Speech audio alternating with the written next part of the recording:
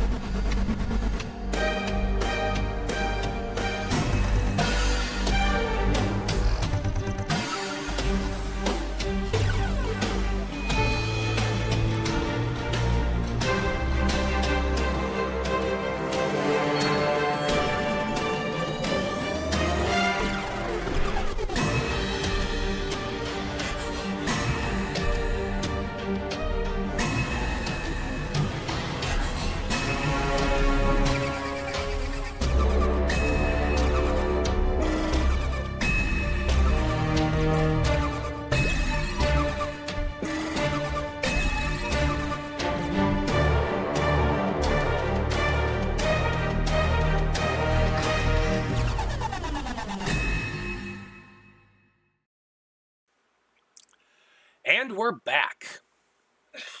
So you should know how we do our recaps by now. We offer up the Random Rhapsody coin, which is good for one free reroll to whoever does the recap.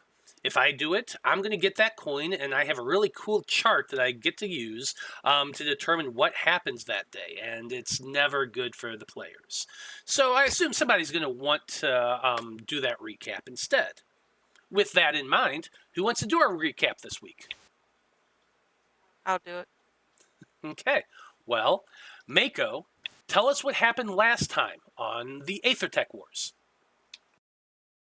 So last time, we walked in on some kobolds and goblins having some sort of discussion around the table. We didn't really ask questions. We just kind of attacked, and they're yelling something about voting on something while they were attacking. We weren't quite sure what that was about at first. After we defeated everyone, except for one kobold that surrendered, we found out that they were voting on how to deal with some intruders who were attacking the outer defenses of their base. Pretty sure that was us. The kobold said the boss was a gnome named Zormunder,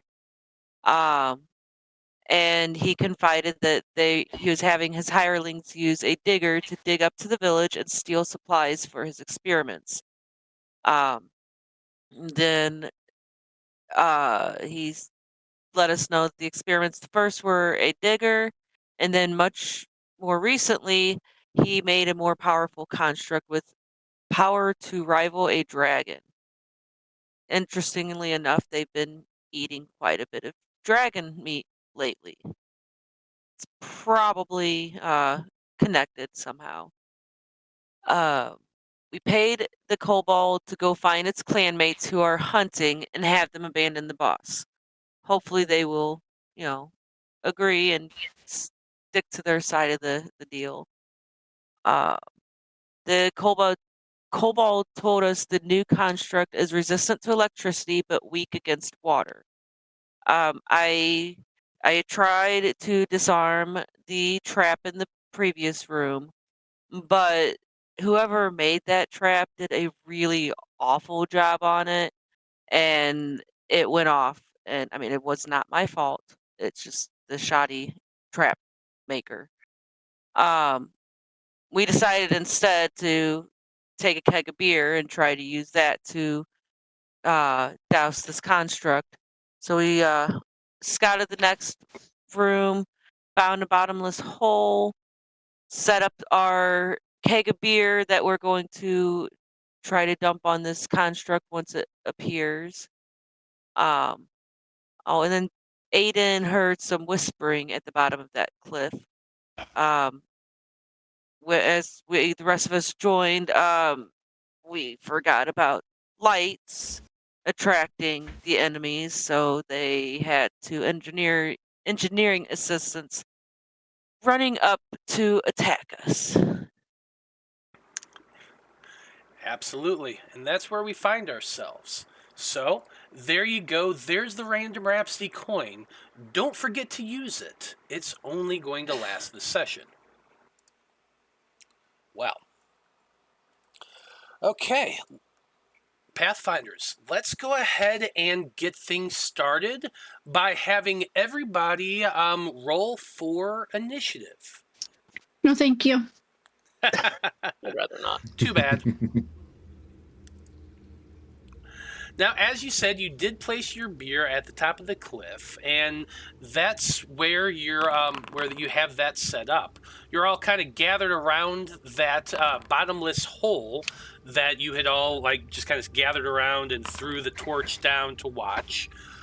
You can now see that at the bottom of that ramp, based on the light of your torch, there are those two, engineering assistants. You're told they're called.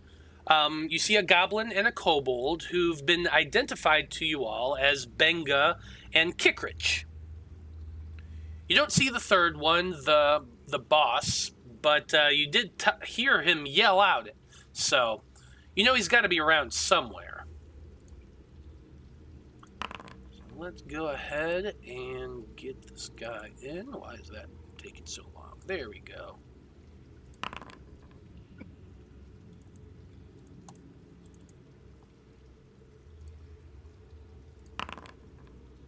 Okay.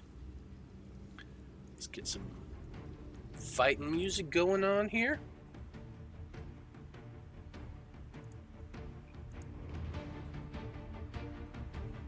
Okay.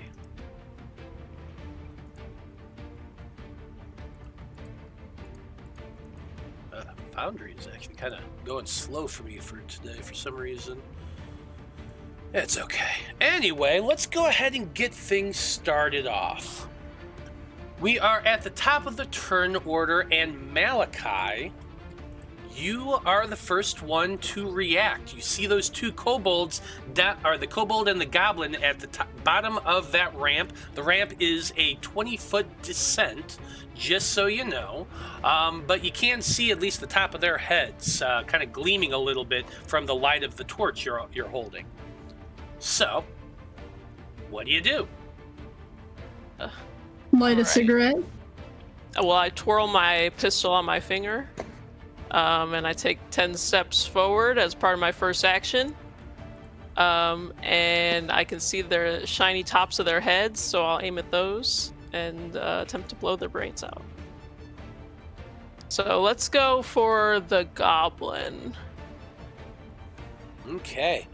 Pull your hammer back, line up that shot. Target him. There we go. It's 17. Let's see, 17 on the goblin. Just hits. Nice. For a big 3 damage. Whopping 3 points of damage. You're aiming at that bald dome on the goblin. You wind up and you fire, but in that last second, you kind of just go a little high. The bullet hits him, grazing like right down the dead center of his head, leaving a nice little gash there. Nice. I'm gonna try one more time, since that was just my first action. I'll shoot at him again. That one's only a 6. Ooh, that's definitely So- gonna miss. Big failure, and then I will use my final action to retreat slightly. I'll be like, all right, Draven, I did what I could. You're up. And I want to move. If I can move right here behind Draven. Oh my god. Okay. Okay. Your turn. Well, that's it for your turn. Next up, we've got Kikiro. All right. We know that there's people up there due to my good friend. So we're going to run forward with an action striding. And then I believe those two should both be within 30 feet, right? Even if you account for the diagonal.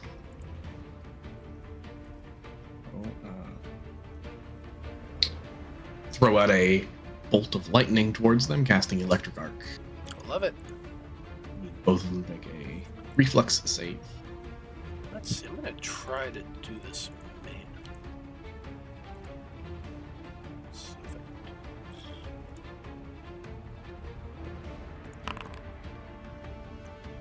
this. Benga is a critical fail with a nat 1. Hmm.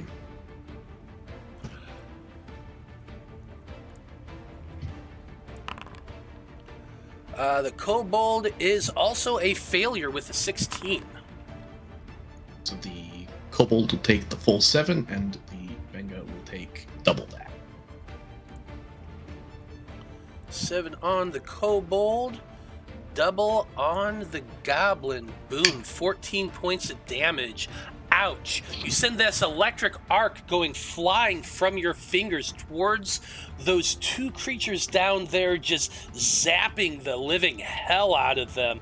You can see that they're both kind of like singeing a little bit off of their ears. Whew, that was a big hit. Good. And that's all the actions. You got it. Okay.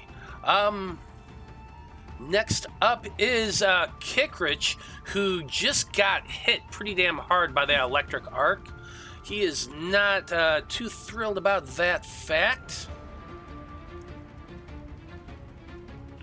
So he's going to be lining up a shot. He's got a crossbow in his hand, and he's going to line up directly towards you, Kikiro. Try to make a shot. Here you go.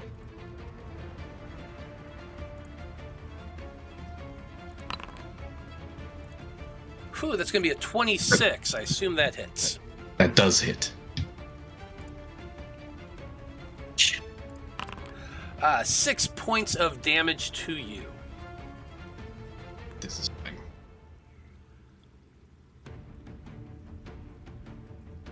Let's see here. That is not going to be a sneak attack. Last thing he is going to be doing is on his turn. Let's see. Second action, load that crossbow again. Third action, he's taking a second shot at you, Kikiro. That would be a That 20. that one does also hit. Also hits for that 20. Thank you. Here we go. 4 more points of piercing damage.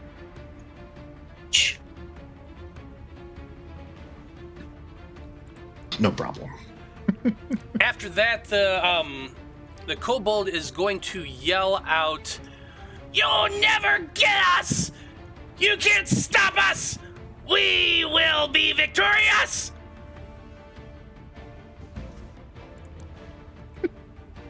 However, Maiko, you're up. Alright, let's see what Maiko can do. Gonna have to go up to 5, 25. Ooh. And let's hold on. And then I think I'm going to go ahead and probably do a tumble through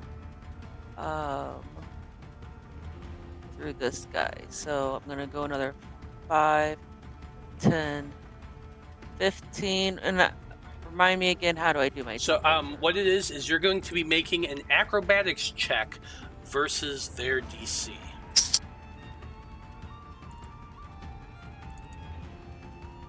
All right, do you want to like roll to you or No, yeah, you can just roll it straight normally. 19?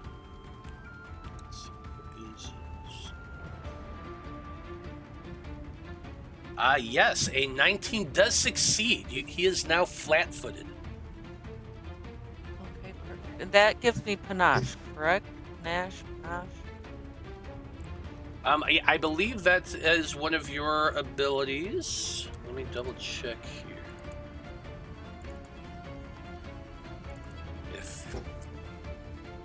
Is Foundry acting slow for anyone else, or is it just me?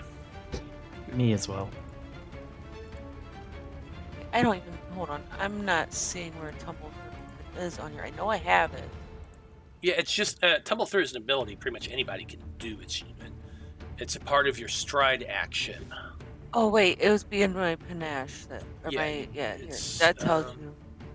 Yes, tumble through gives me. Tumble through gives you panache. Yeah. Yeah. So there you go. Yes, so I've got panache now. Perfect.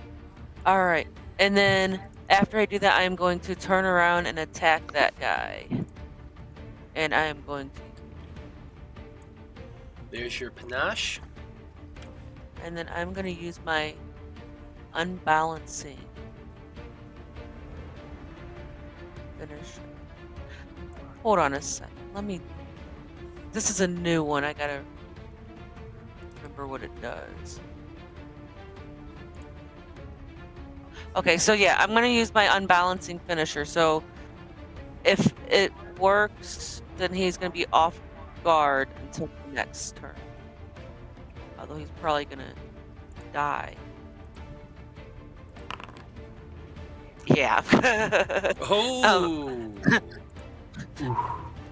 Does a nat 20 for 28 hit? Oddly enough, that is a critical hit. I know you're surprised by that fact, but it is. I think Alright. Maiko's just surprised that she hit. Basically, yeah. And Like so at all. I would hit critical this time, yes? Yeah, you're gonna hit critical. It should do all of the other stuff automatically. Yeah. Oh. Dear God. Okay. So first of all, yeah, you just did 35 points of damage. By... Hey guys, he's off guard now. I think we're all off guard. It's messed. Do you want to describe this, Maiko? How you just came running up, tumbled past them, and then stabbed them through the fucking heart? I mean, yeah, I tumbled through, jumped up, turned around, and it's, straight into the heart. Maybe like as my sword goes all the way through the heart at the very end of my sword. I mean, with 35 damage. Heck yeah. Yeah, absolutely. Like you just Beats a couple times. absolutely just kind of beats a couple times as it sits there and slides off of your rapier, and the goblin just falls backwards, hitting his head on the ramp going down, and just shakes and makes no more movements whatsoever. He is absolutely dead. Where we That was so cool. and I am so glad I used that unbalancing finisher on him because now that he's off guard, you guys have an easier chance to hit him. Yeah, Right. yeah. Everyone just walks by and stabs the body a little bit because it's also off guard. Yeah. I'll kick him a little bit if I go down there. But somebody's got to knock this barrel over, so. Well, And I believe that's it. yeah, I would say that is it for your turn. That was 3 actions. The next person who was supposed to be going was Benga. He's not doing anything. He's just lying there. That's his turn. He's dead. He's bleeding out. Yeah. So, what happens next? None of you all get to see. But something's going on. You know what? Maiko, you're kind of down there, and Malachi, you have a thing with your ears that allows you Yes. to echo Big location, ears. right? Just both of you give me a quick perception check. Make that blind to me, please. I don't know if I'm supposed to, but I can also see down there with the dark vision. But Can you not? This is not a sight thing. This is purely Oh. an auditory thing. gotcha.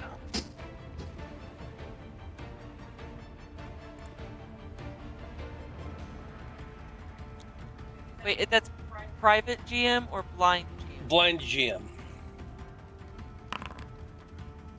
Okay. Maiko, you're just way too caught up in the fact that you just absolutely skewered that dude's heart. So, Malachi, standing back from your position over there, you do hear something with those big old cat ears of yours. It's a little bit of a clank sound, like metal on metal, and then kind of a light whirring sound. The only reason you can hear it is you got that really great perception, being a cat folk as you are. So you just kind of hear that somewhere in the distance. My ears twitch, and I whisper to Draven, something's powering up back there.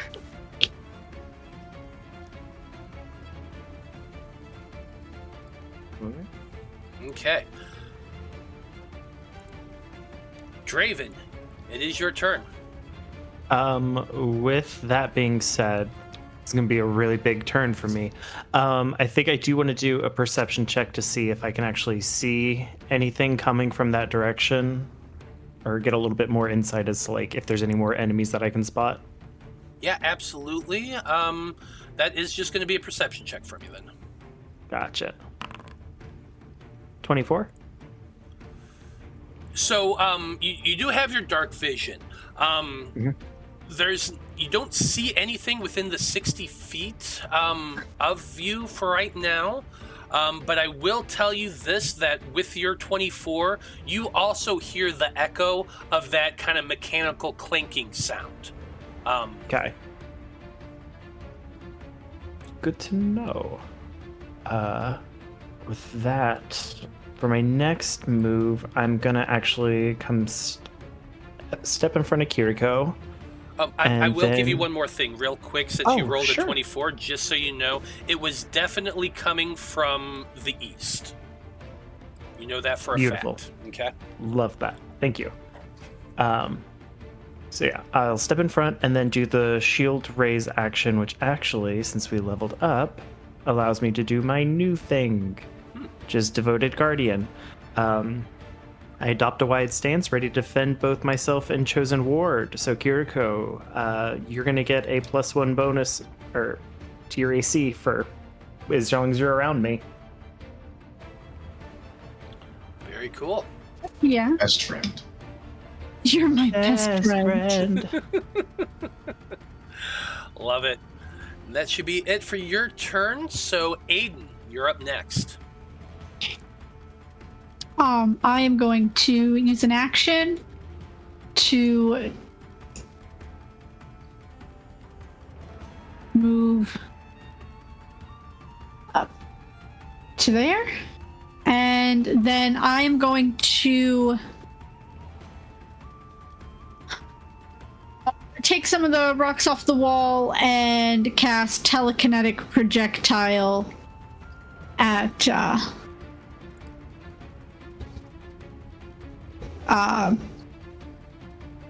what is that, a kobold? The kobold, yeah. That's left. So we're gonna do some bludgeoning damage. Oh, that misses. Yep, that definitely misses. So that's it for you, Aeden. We are at the top of the turn order now with Malachi. This, I don't want to leave this barrel unattended, you know. So I'm gonna move, I think, to right there. It's my first action. That guy's down there. There is like ready, right? There's a ready in action. I'm trying to remember how, because it's worded differently in Pathfinder. Yeah, I'm looking it up. Okay, so it's 2 actions. You prepare to use an action that will occur outside your turn. Choose a single action or free action and designate a trigger. Your turn then ends, blah, blah, blah. So I would like to ready that I will shoot a enemy that appears from this end of the room as soon as they come within my line of sight. Absolutely. Okay, that's going to be your held action there. Kikiro, you are up next. I took some decent hits, so I'm going to start by scooping up some dirt to cast Healing Plaster, so that I can then use Battle Medicine on myself. Okay. Rub some dirt in the wounds, and it'll be better. Okay, so Battle Medicine allows you to patch up wounds even in combat. So go ahead and attempt that medicine check. Aiming for that 15. Oh, come on. Yeah. Yeah, right. Not. See, it's usually 15. Yeah, 22 is definitely going to succeed that.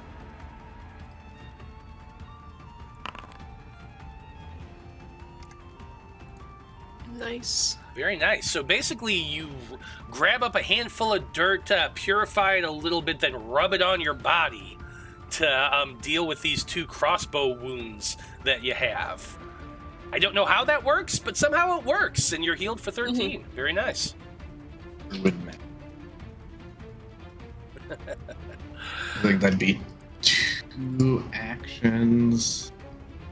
I don't think I have anything fantastic for a third, so I'm gonna just put up my glass shield. You got it. Throwing up that glass shield. Well, next up is Keekrich, who also has taken a little bit of hits. He's from the electric arc, which hurt him quite a bit. With Maiko right next to him and seeing his teammate just like get skewered and dropped, well, his resolve's a little shaken by that. I'm not gonna lie. I kind of grin at him a little bit. A nice, toothy fox grin. Yeah, so I think the first thing it's going to be doing is give you a very panicked look. And then for his first action, he is going to use his Hurried Retreat ability, What this does is allows him to stride up to 30 feet and gains a +2 circumstance bonus to his AC against reactions triggered by this movement, which is what I'm assuming you're about to do. I might as well. So go ahead and make an attack against them. 19. Unfortunately, a 19 is going to miss because of that circumstance bonus. So he turns and runs. Ah! You stab at him, but you just miss his tail as he goes striding away 30 feet. Which, if I could actually grab the guy, there we go. 5, 10, 15, 20, 25... 30. He is then going to use his next action to do the exact same thing. He's going to be running some more. Base speed is 25. Let's see, 5, 15. Just trigger my shooting somebody. This will, when he gets to right here, on that side of the room. when he gets to right there, that will trigger. You are waiting for somebody to come in the range. He is the first thing to move. Go ahead and shoot. I will attempt to shoot him. Get him, Malachi. So 27. Is that a critical? That's what I need to check. It says hit by +9. Yep, so it is not a critical, unfortunately, but it is a hit. Go ahead and roll your Okay. damage. 8 damage. That's max damage. 8 damage, very nice. You aim up, lining, you fire, you hit him point, just square in the back. He stumbles forward, and it looks like he's about to fall, but he barely manages to push himself up. Not quite dead. Last action is going to be to run 25 more feet. And as he's running and disappears into that darkness, you would hear him crying out something in Kobold, in his natural language. Does anybody here speak Kobold? Nope. Okay. Then nobody knows what he says, but No. he's definitely yelling something out in like these really barky kind of growls. And everybody can hear that. Maiko, it is your turn. It is my turn. Okay, well, I mean, since he just took off running like a little bitch, I guess.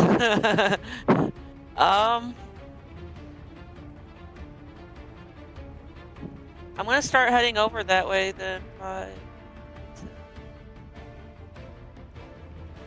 'cause I'm assuming that's what we're all gonna do.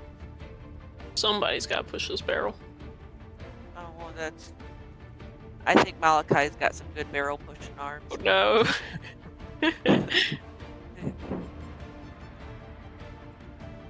Well, you can at least lead them to be right below the barrel. Help me out here. I'm sorry, I'm trying to get there. It's taking a minute. 5, 10, 15. I think I might go here. Because I don't want to get too far away from my friends. So I'm going to go to here and I'm going to stay there and give them a chance to catch up. Okay, now you do have a bit of light where you're standing, but you are not holding a torch, so you would not be able to see any farther. I do have low light vision. Can you see the kobold where he is on the map? No, because it ends like right here. Okay, I wonder And then it's just black. should be able. You want me to move up one more? Because I've got a couple more movement. No, I'm just wondering whether or not this allows you to actually see in in low light vision with your token, but it doesn't look like you can. I'll have to mess with that later. You got low light vision, so I think you would actually be able to just see him over there. Okay. Well, I don't have any other. I mean, that was like 3 movements. Yeah, that's 3 it. actions. I can't do anything. Yeah, I just wanted to let you know that whether or not you could see him or not. Okay. That's it for your turn. Let's see what's going to be happening next. Y'all wouldn't be able to see this.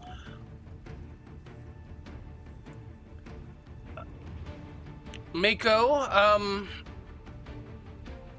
go ahead and give me another perception. Or actually, what's just your passive perception? Passive perception is a thing in Pathfinder.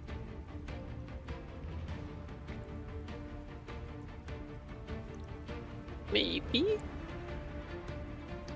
10 plus your perception modifier. So that'd be 7. 17? Okay, then you would absolutely hear the sound of like a... You know when you're like sitting at a campfire and like you throw a bunch of leaves onto the campfire and you just hear that whoosh and crackle? That's kind of the sound you hear. That sounds fun.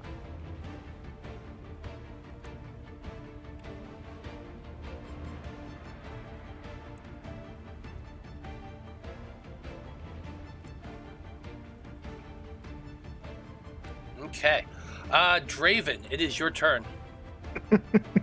Hope y'all are ready for another exciting round, because since everything's done here, I think Draven's going to turn to Malachi and say, well, it looks like we're bringing them the party, so he'll come back and pick up the barrel. So that's 1 movement. Pick it up, and then move again 25 feet, which I think will take me there. When you stop to pick it up, does that ends your action as the movement? You can't It does. use the rest of it? That's stupid. I do want an athletics check just to see if you can pick this up or if you have any issues picking it Sure. up. Okay. It's not a difficult DC, but You got you it. never know. Right? The dice roll really bad, so... There we go. 25. Yeah, you're good. Okay. There we go. Draven deadlifts. For sure. Oh, that's a pun. He's deadlifting all the time. Putting them in the grave. Okay, so there's the barrel right there next to you. Perfect. Alright. Okay, Aeden, you're up next. All right, this is going to be super exciting too.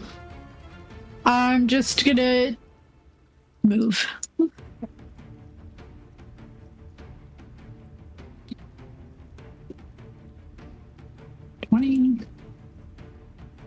I'm just going to use all 3 actions to move. Yep. Super fun turn, but no enemies in sight, so that's kind of what you got to do. Top of the turn order once again, and as that turn order comes around, you do hear in the distance, all of you would hear like the echo of some clanking. That sort of thing. Okay. What you doing, Malachi? Okay, my turn. Okay. I'm gonna move. I want to be on the edge here. Peering out. So with that, I can see this kobold, and I still got 3 rounds in the chamber. So I'm gonna shoot his ass. That's a 26. 26 hits. For 6 damage. He dead, Jim. All right. I run up to the edge and I kind of squat down. I'm not going down there. I'm gonna be real with you guys. That's too much. So I'll just pop him in the back of his head as he's running away. Yeah, and sure enough, he goes down. You basically just hit him right in the melon, and he drops. With my final action, I will reload. Not a bad idea. Okay. Kikiro, you're up next.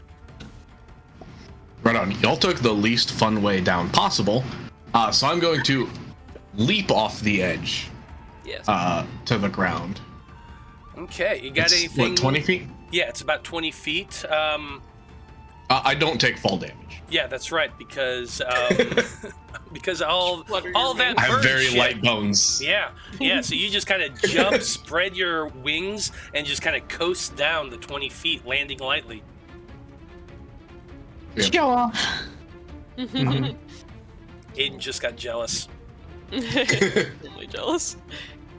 Jump down, run my way a little bit closer on in, and toss my glass shield back. It's useful. Throwing up that glass shield one more time. That's it for your turn. Next up, you begin hearing a lot more sounds of that clanking start to go off. It echoes in the chamber. Just like that. Gonna be moving.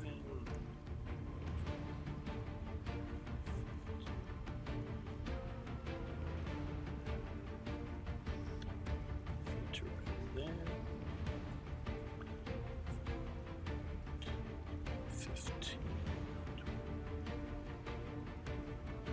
Okay, coming into the light is the oddest sort of thing you've ever seen.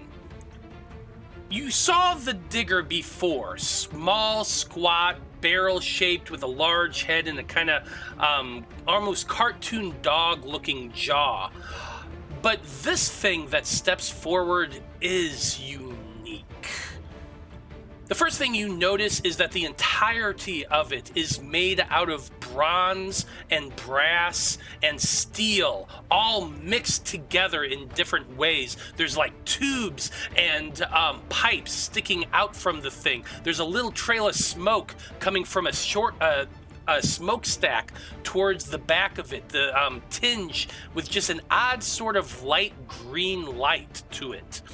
The thing moves on 6 large, almost, I hate to keep saying barrel all the time, but that's kind of what it looks like. Large barrel-like legs that has these servos that draw it up and then slamming down on the ground again. It looks like an almost metallic-looking spider, almost, if it were an amalgamation of a spider and almost a lizard-like creature. It has a long head, just tall on a stack, with a very big head, angular, triangular, on the top of the thing, and it moves with as it opens its mouth. You can see like almost saw-like looking triangular points meant to represent teeth.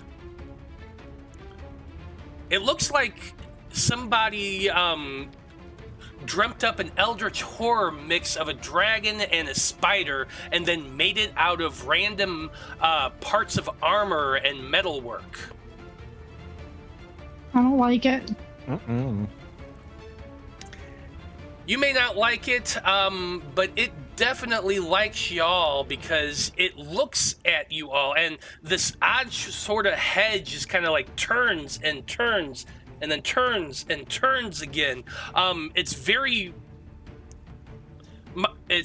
pop and lock almost, the way the thing moves. As it looks about, its head finally comes to a stop, and in that triangular looking head, there's these holes that you immediately assume must be eye holes, because behind them, greenish light begins to glow brightly.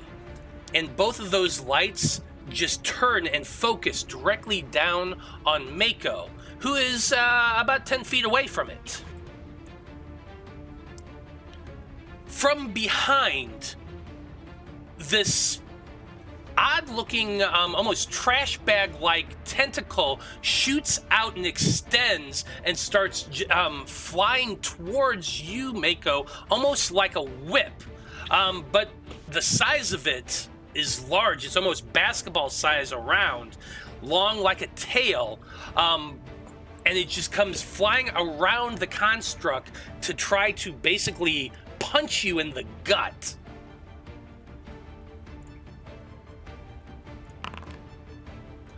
And I assume a 21 hits.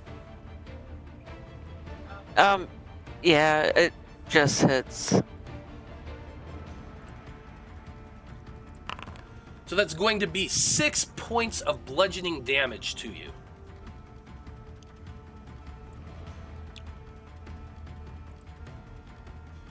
It then opens its mouth one more time and unleashes this weird sort of...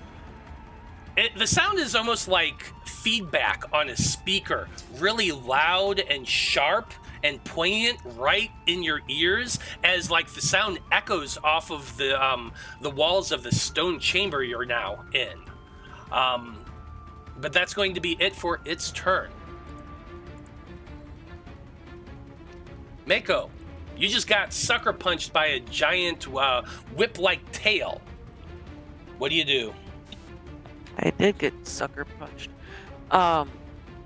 So this construct, would it by chance be big enough for somebody, say about Maiko size to stand on it? Should somebody Maiko size want to stand on it? Oh yeah, it's pretty big. The size of it just barely isn't large sized. Technically, from a mechanical standpoint, it is medium, but it's just on that far edge of it. So yeah, you could absolutely stand on it. It's almost about the size of a horse. Okay. Lower to the ground, but still. Okay. Because I am kind of considering riding this thing, just so I could be right there and wail on it. Might be stupid, but when has Maiko not done something stupid? So I'm just gonna go running up, and I'm just gonna jump on it, and I just want to anywhere that it looks like I can get my rapier in, any spot that's like looks like it may be a weak point. Okay. I think what I'm going to need from you is an athletics check first. This is you trying to jump onto one of its legs and then jump onto the back. Oh, wait a minute. Actually, don't I need to do something?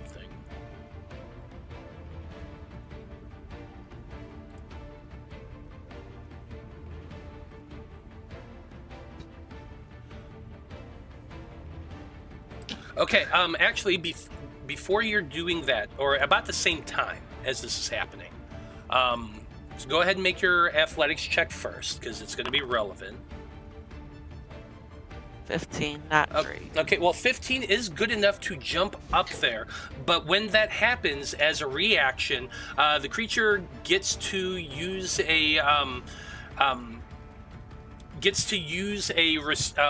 its whip attack against you. It does get a -2 penalty because of it's like reacting to you. So you're jumping up, it reacts and shoots that tail at you. So this is going to be an attack with a -2 penalty. Let me do this real quick.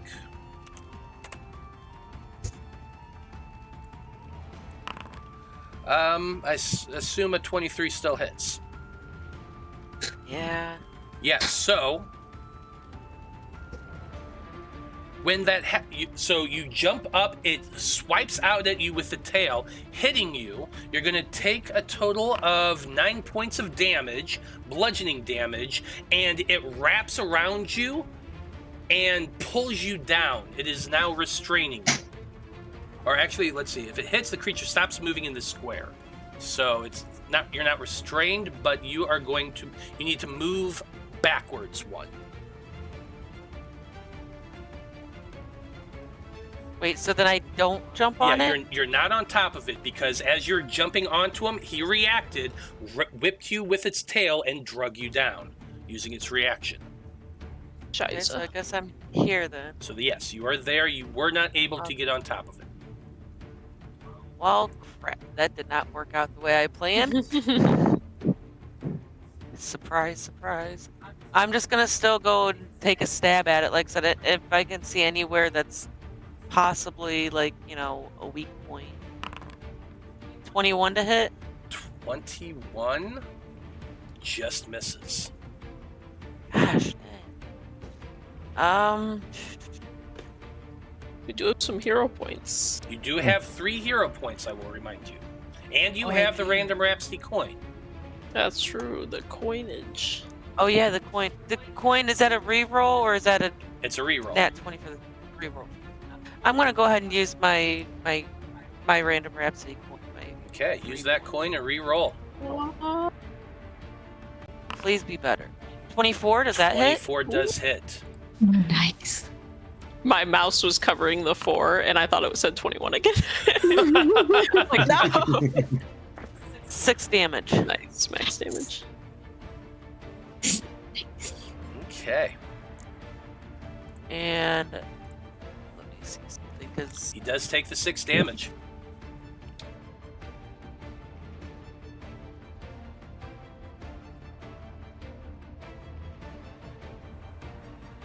Can't hear you, Brandie. oh no, it's something I could have done earlier and I didn't, but it's too late now. I don't like how little health I have, so I'm gonna go ahead and back the fudge up. I'm gonna go 5, 10, 15. Well, good news is he already used his reaction, so he can't do that again. Yeah, I know. And I'm gonna be like, guys, it's here. Help. I see it. But my barrel's been taken. That is I'm it. curious what you would have done with the barrel by yourself. Well, I wanted you guys to lead it to the bottom, and then I could try to push it over the edge and fail miserably to push a barrel over. But I trust you. I think you got a handle on it. Draven just spinning it like a basketball on his finger. What? How are you doing that? It's got more strength in one finger than I have in my whole arm. Okay, let's see here. Next up, Kikiro, do you have low light vision? I think so, but I might not. I don't think so, actually. I didn't mention it.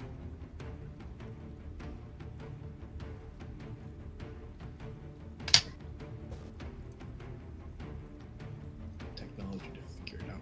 I do. You do. Okay, so you would see this individual as he steps forward. Ending up, he's actually just outside of your token line of sight right here. I'm not sure if you can see him or not, but that is a gnome that you would be able to see through your low light vision.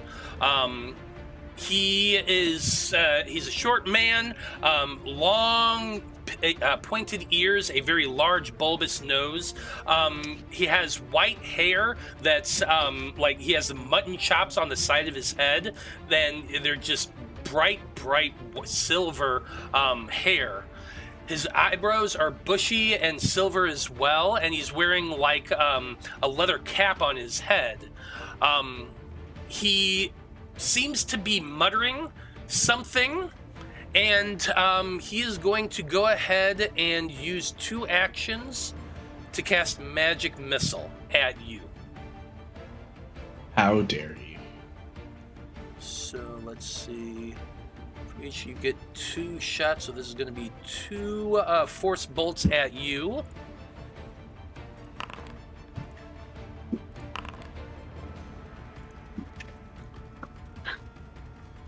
That would be a total of 6 points of force damage. Yes.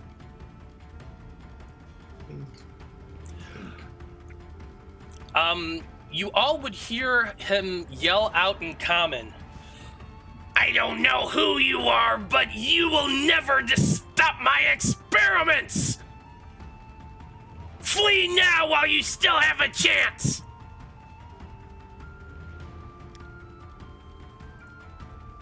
Draven, you're up. Okay, so let me see. I gotta get there first, so we're gonna do... Oh wait, wrong one. 5... 20... 25... I'm gonna do 2 movements, so 5, 10, 15, 20, 25. Okay. And then what would I need to roll to take the barrel and just yeet it at him? Because I want it to explode on impact on him. Yeet it at I the think that's ground. just a throw action. I need to double check that. Okay.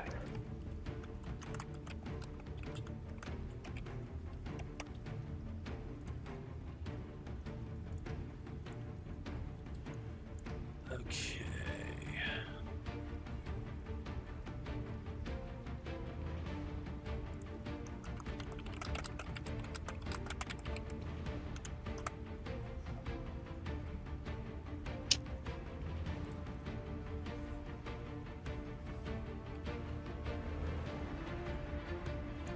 Okay, so I'm going to have to rule this, being that it is a full barrel, as something that you're going to have to use both hands to do. Mm-hmm. So you're going to have to put away your shield and then throw it. Okay. So it's going to be an action to put away your shield, action to throw. But you can't do that. Well, then that's going to have to wait, unfortunately, because I used 2 actions to get there, so... Or, I mean, you could also just drop the shield as a free action. Just drop it on the ground. Sure. You know what? Okay, that works for now. I will do that.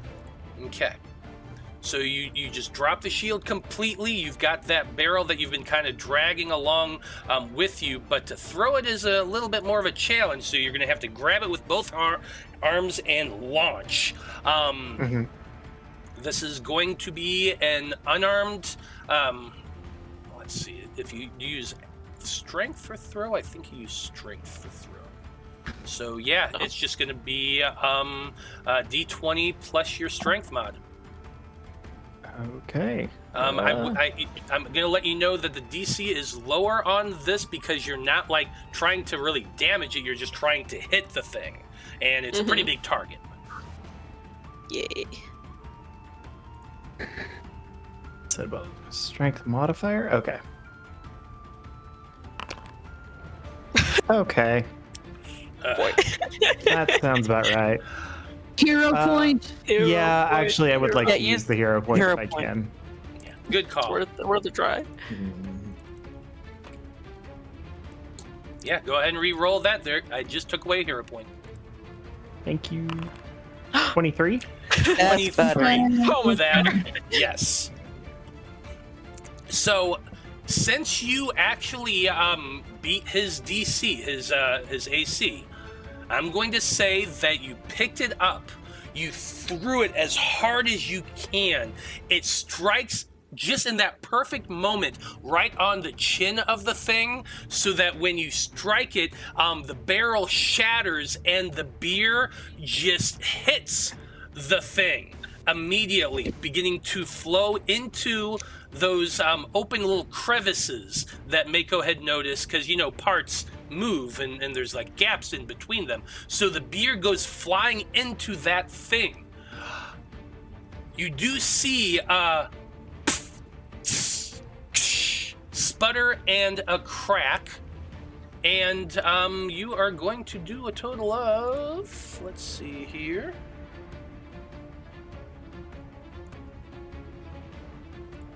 What's your strength bonus? Just 4, 4, I believe. Okay. Yeah.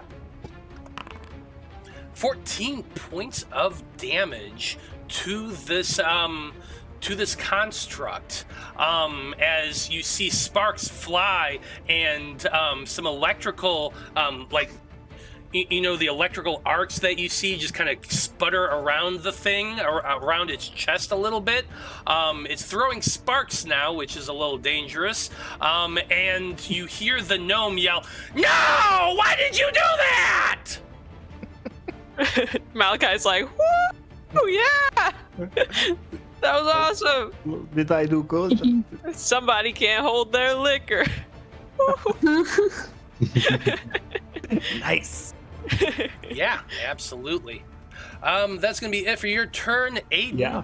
You're up next. Well, yeah, we're gonna do some super fun stuff since Draven dropped his shield.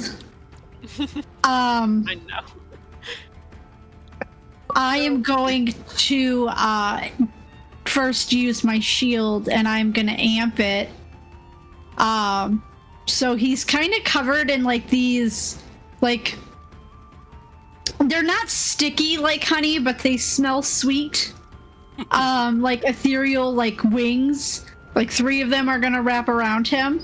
Love it. So you can use Ray Shield. You get a +1 to your AC. And then as they wrap around, they're gonna harden. I'm gonna cast Forbidding Ward between him and the construct. So you'll have a +1 to your AC against the construct. Nice. Nice. So you'll have a +2 against the construct and a +1 against anything else, and 3 shields. Ooh. Taking it up. And while you're doing that, Ashley N is in chat. She just redeemed a hero point for y'all, so you're back up to 3.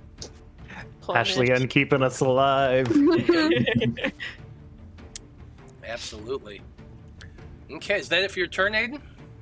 Yeah, that's all 3 actions. Perfect. Malachi, you are up. All right, I'm feeling rejuvenated. So I want to drop the torch, because that's a free action just to drop it on the ground next to me, right? Yep. I'm not gonna throw it on Kikiro's head or anything. Aw. I'll put a new light source up for you. All right. Do I know what's the range on the blowgun? Because I think I want to draw that. I want to draw the blowgun. Okay. Because you know how we got that one little poison dart? Mm. I really want to try to hit this gnome with that poison dart. You got low light vision? I do. Then you would be able to see him. Okay. So, blowgun darts, one coated in giant centipede venom, it says. I will attempt to hit him with the blow dart. What is the range on that? That I do not know. Let's see. Oh, is this it? Range increment 20 feet? Does that mean I can only shoot at 20 feet? That means that it would be at disadvantage. Let me double check. It's a -2 for every -2, thank you. range increment. Oh, okay. So I only have a +5 because he's 40 something feet. Okay, so I will just have the blow dart at the ready, but for now I will attempt to shoot. I could shoot both of them, man. All right, I think I'll shoot the construct. Okay. So 14. Not gonna hit. All right.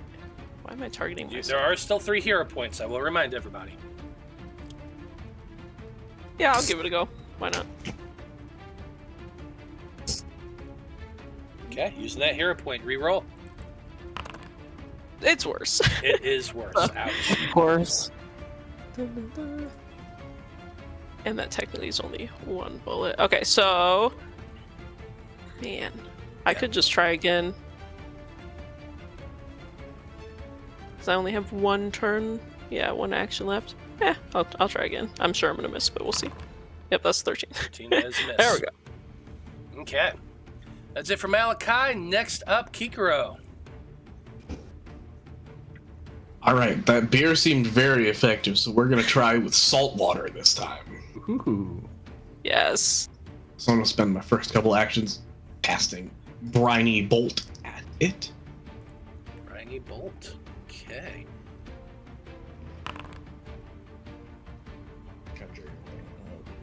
20 Just a bolt of salt water. Yeah, bolt of salt water comes flying out at it. A 23 is going to hit.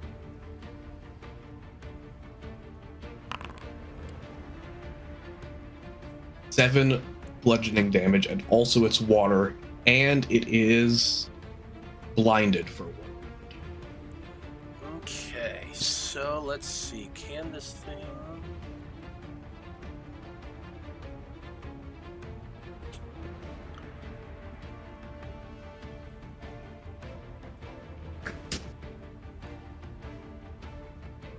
Okay, so here we go. I'm going to try to see... I want to see whether or not it actually does the damage automatically here.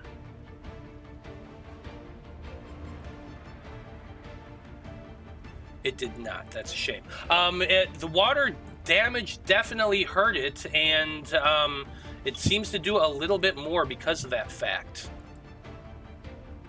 Yes. I'm going to see if I can add these conditions to it. Yep, that looked like it worked. Yep, that also looked like it worked.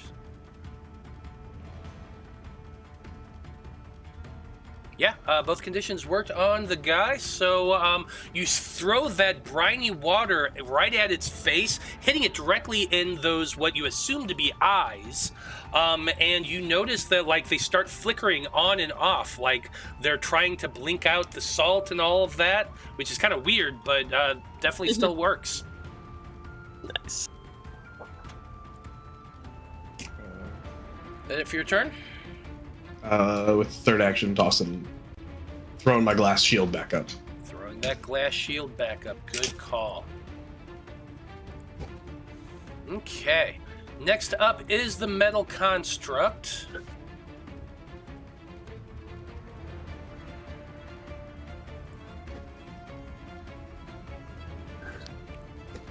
Yep. It is going to be using all three of its actions because it's whipping about. It can't really see a whole lot. It is dazzled. It is blinded.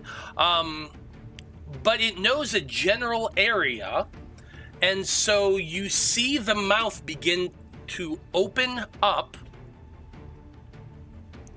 And it is going to be exhaling some pretty nasty stuff here. If I could actually make the thing work. What the heck? Draven, you also get a +1 to this save. Oh, thank you. Why is this not?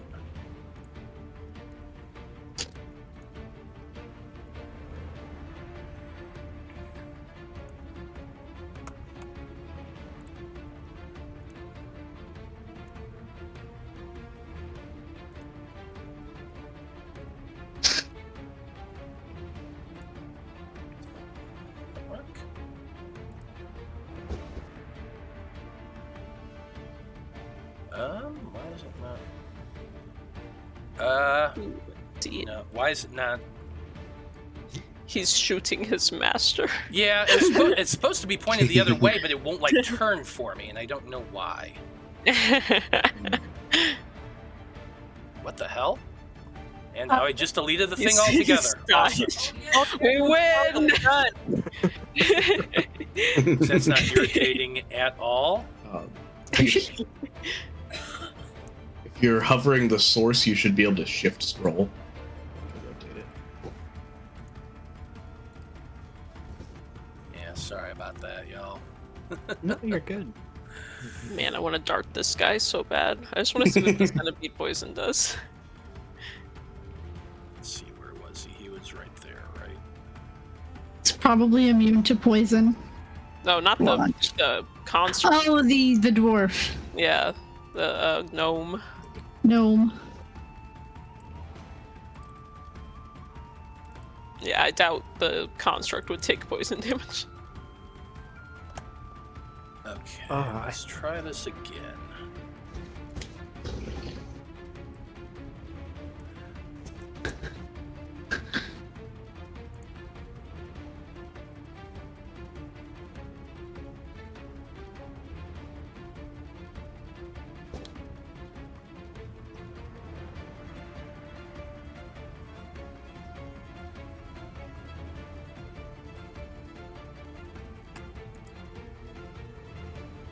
I'm just gonna do it like this because it is irritating me.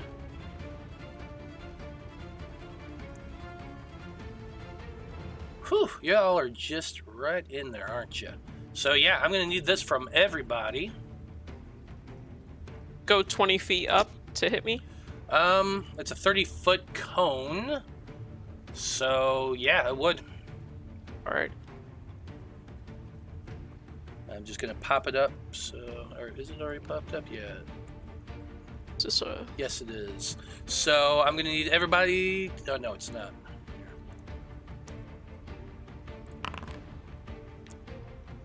What the hell? giant rat?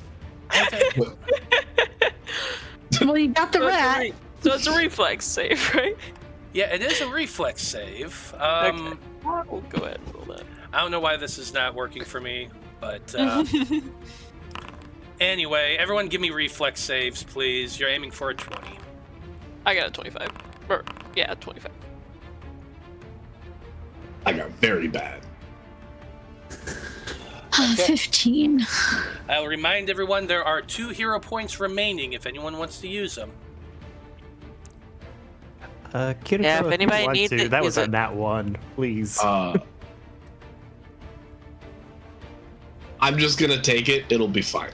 Okay. Okay. It'll be fine. Don't. Okay. Well, Literally gonna be fine.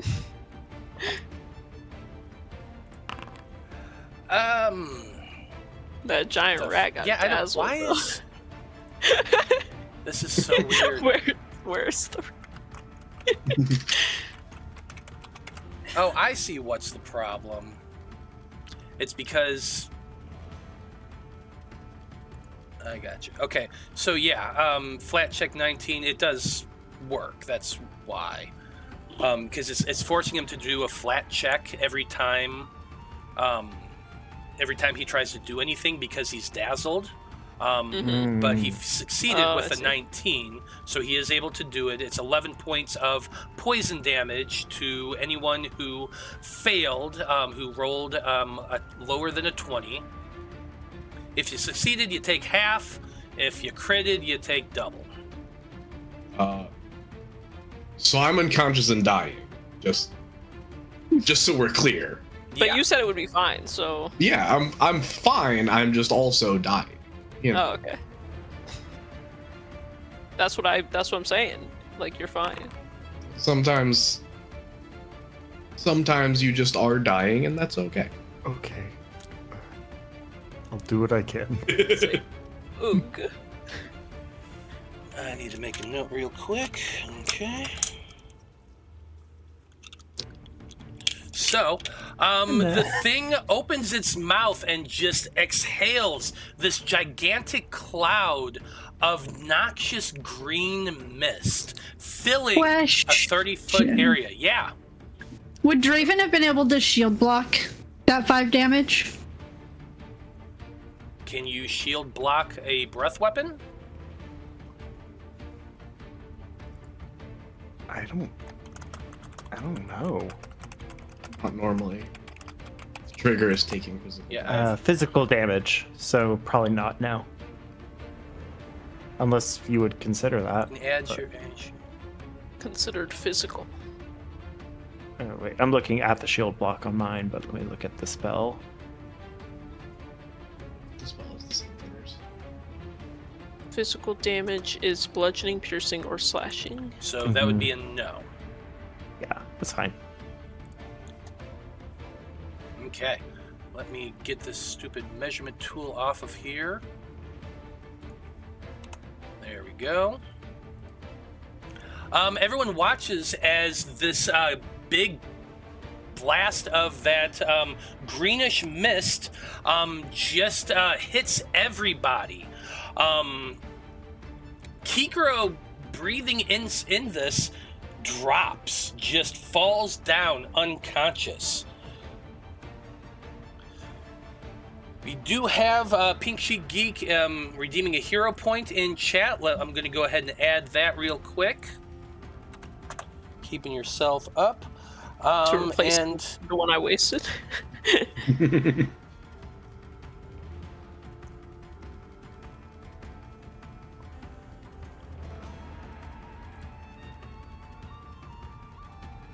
Okay, it looks like there is a healing surge that just went out as well to help whoever needs it.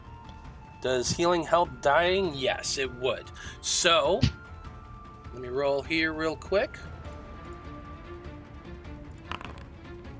Kikiro, you inhale those fumes and begin to cough and sputter. You cough up some blood a little bit as you drop down unconscious. But as your body hits the ground, there's a little bit of that remnant of that healing plaster that you had made previously that you just had in your, just kind of sitting there, kind of stuck to your clothes. As you drop, you just inhale a little bit of that. The mud goes into your nostrils, blocking your nose path, and you don't end up breathing in nearly as much of the poison, possibly because you do heal for 4 hit points. Do birds have nostrils? Birds have nostrils, Yes. yeah. Yes, they do. Yeah. Yeah, it's like right on the beak, right on the edge of it.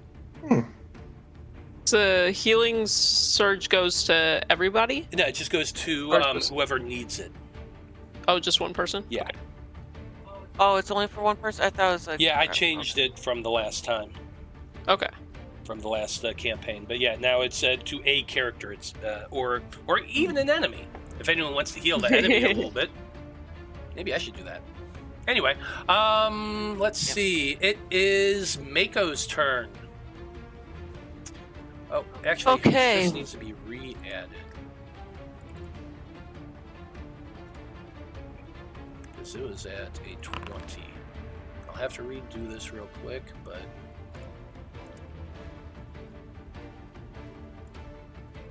This Maiko. Just take him Yeah, out. it's still your turn, Maiko. Okay. There. Well, Maiko is not feeling good at all. So I'm gonna take... I got 1 healing potion. I can do that in combat, yes. Take a healing potion? Yeah, it just costs an action. Alright, I'm just gonna down my healing potion. Hopefully this... Perfect. Okay, I'm feeling a little bit better, so that's 1 action. And let's see.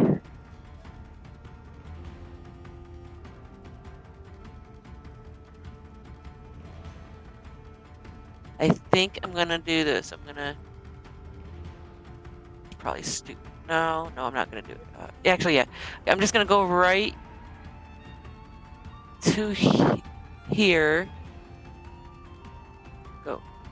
And oh wait, no. If I put my... Putting a weapon away and getting another one is an action, isn't it? Okay, so then never mind. I'm gonna go back to where I was. And I'm gonna sheathe my rapier. I thought I had a whip, that's why I was gonna do that. And I'm gonna pull out my short bow. I know that's gonna take my 2 last actions, but that is all I'm gonna do. And that's it.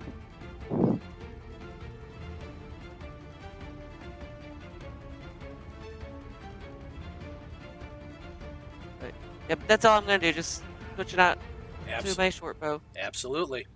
Okay. Next up is Zormunder, who's watching his creation get blasted. Not a fan of that. Kikiro's on the ground. Draven, you're the one who threw that beer, and that's what pissed him off. So I think, yeah, he's going to 3-action magic missile you. Okay.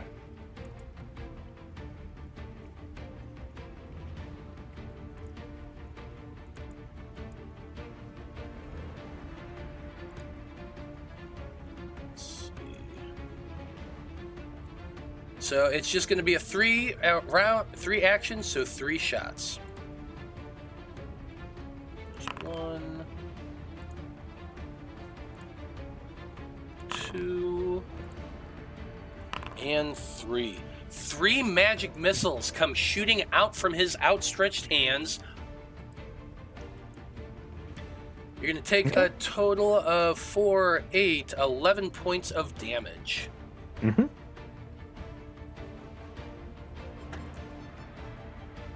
That is his turn. You're up next. All right, so first things first, we're going to pick up my shield again.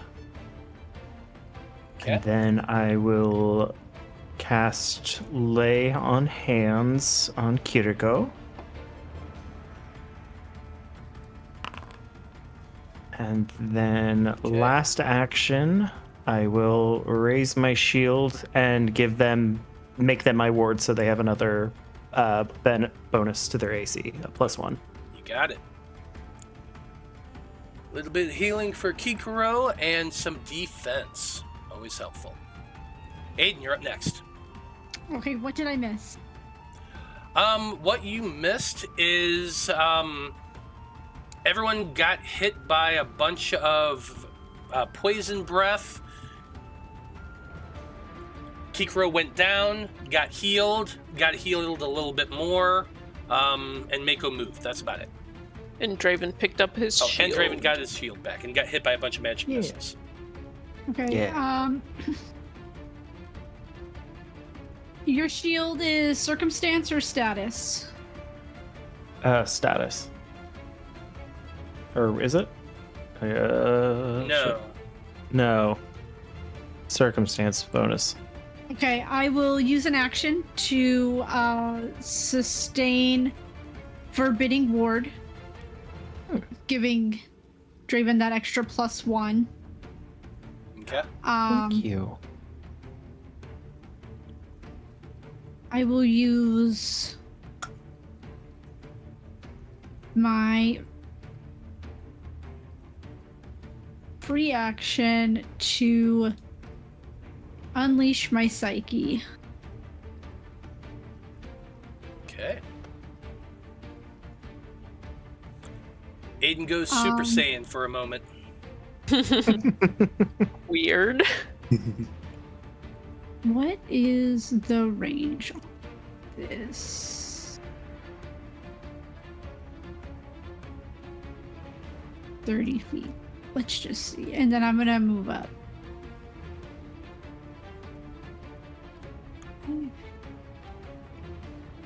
20? Let's see what I can see. I can't really see him.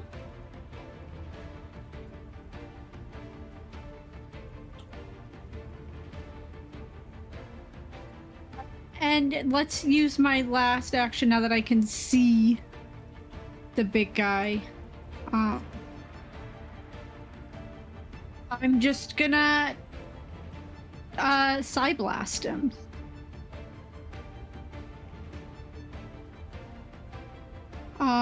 He will need to make a will saving throw. Will save? It says reflex save. But I can mind shift, which I can't click it and show you. Oh, gotcha. But I can make any, as long as I have my psyche unleashed, I can I can make any of my things will saves. Will saves. Nice. Okay, will save from oh no, was it the gnome or the construct? The construct. Got it. Come on. That gnome needs to go though. Ooh. Oh, I yeah, can't reach the gnome. I tried. I can't see him yet. Yeah, 29. Gotcha. That is a save. Okay. Oh, so good. it'll be half damage, which is just a d4, so it's just 2.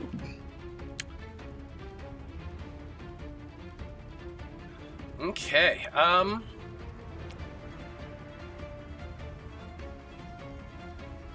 Does take is hit by the bludgeoning attack. 2 points of damage. Okay. Next up is that's the bottom of turn order, and it's 7:30. So why don't we take a 10-minute break, everybody? And when we come back, we will be at the top of the turn order with Malachi. So stay tuned, everybody. The battle is heating up. It should get interesting. See you soon. Mm-hmm.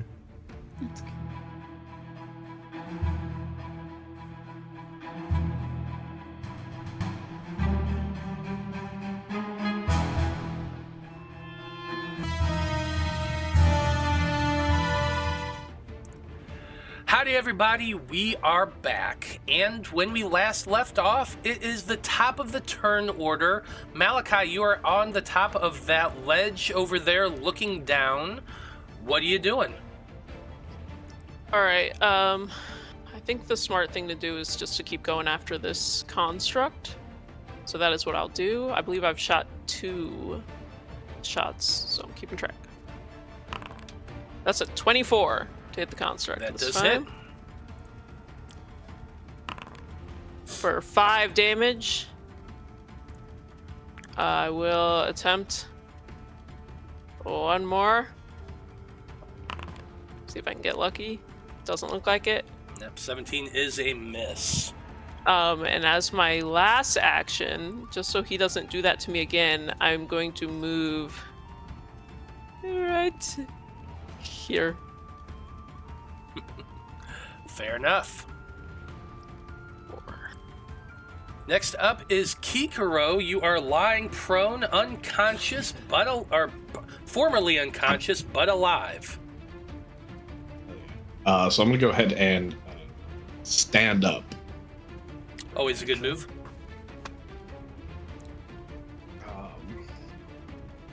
Cones are bad, okay? So we're gonna ride.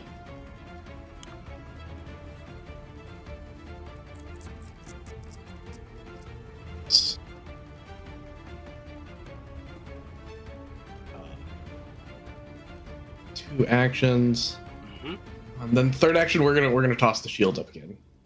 Okay, toss that shield up one more time. That's gonna be your third action as those glass shields just comes into focus once more in front of you. Next up is the metal construct, Which should no longer be blinded. He is no longer blinded.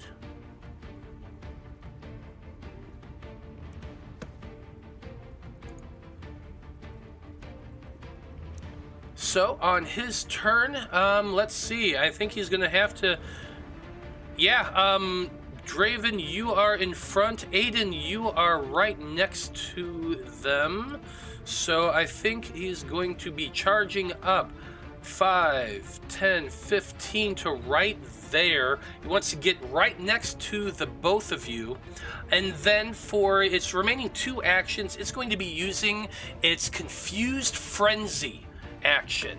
Now that it's down to a certain point in its health, he gets to use this ability. The construct gets to make 2 claw strikes and 1 whip strike in any order. I feel like it's going to be a claw first at Draven. Unshields. Oh no. Jesus. A 32. I rolled a nat 18 with that one, baby. Let's do some 14. math real quick. What is your AC currently? Against him, it's 21. It's going to be 21. Ouch. Still a critical hit. It is a critical hit. Yeah. That's going to be 16 points of slashing damage. My shield has taken all of that. Yes. Mm-hmm. Does this destroy your shield? Almost. It is at 4. Nice. Okay. Good news is you see that slashing coming down. You throw up that shield just in time as those claws like basically rake through it. You see the edges of the steel tips of these claws actually pierce through the shield, but just barely misses your face. Going to be a second claw strike. This one is coming at Aeden. That's a 21 to hit. That'll hit. 16 points I'm of slashing unconscious. damage. last one is this whip attack with the tail. Now that since Aeden dropped down to the ground unconscious, this is coming at you, Draven. But that's a 13. So that misses. I will miss. 3 strike. Oh, do I really want to be a dick and use my villain points? Not on a 3rd strike. That'd be stupid. Then again, I haven't used them in a That's true. Give you it know a go. What? I'm gonna do it just for the fun of it. You know, it's a 3rd strike. It's a gamble, Yeah. but it's still it still might hit. Here we go. Re-roll that whip. 17. Does that hit? Close, but still miss. Close, but no cigar. That's a shame, but that's okay. That is his turn. Maiko, you're up next. Oh, wait, All right. no. I don't go unconscious. Oh, wait a minute. No, you have that thing now. I do. I do not go unconscious. Hold on. Oh, thank God. At least you don't go unconscious. Well, it's kind of weird what happens because they do start to drop, but then suddenly the light, their eyes just blaze with this bright pink light.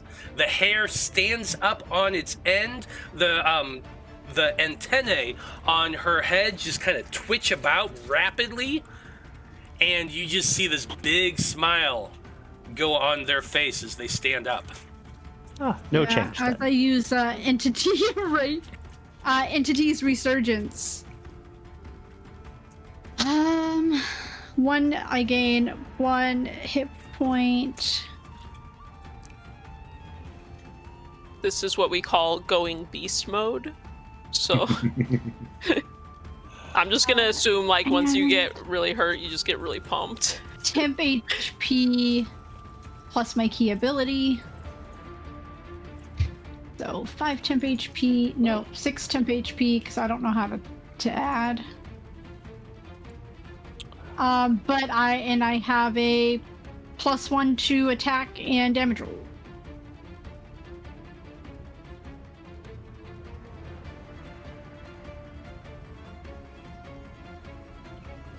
Okay, we got Dim Gray Wolf redeeming a healing surge. Ooh. That healing surge is going to Draven. Yeah. So Thank Draven, you. as you're standing there holding that shield, just staring at those claws as they get pulled out from the shield again, you just feel this surge from your god. Jorun seems to be looking on you with favor right now, and you're healed for 6. Thank you. Perfect. It is still your turn, Maiko. Okay. So, since I pulled out my short bow last round, I'm going to attack the guy, the construct. 11, I assume, miss. That does miss. Oh, God damn. You know what? Is it okay if I use a hero point to redo that one? As you wish. It's worth it if you want to risk it, but That's, Always. if you want to, that is entirely up to you. But I think I will. I'm going to, just because 11 sucks. And that's a first roll. And I did a 12. Ugh. That's a shame. the risk. Never mind. It is a risk. You know what? Screw this. I'm backing up. But you've only used 1 action so far, so you do have 2 more. Yeah, I know. And I also know that if I try to attack again, that's even harder to hit. I'm going up. Well, you did a stride with 1 action. You can, Yeah. if you want to, you can try to hide using that 3rd action. Ooh, you know what? No, I don't know. Tell me about it. Do I have sneak attack? Not at this level, I don't believe you do. Because you're Wait.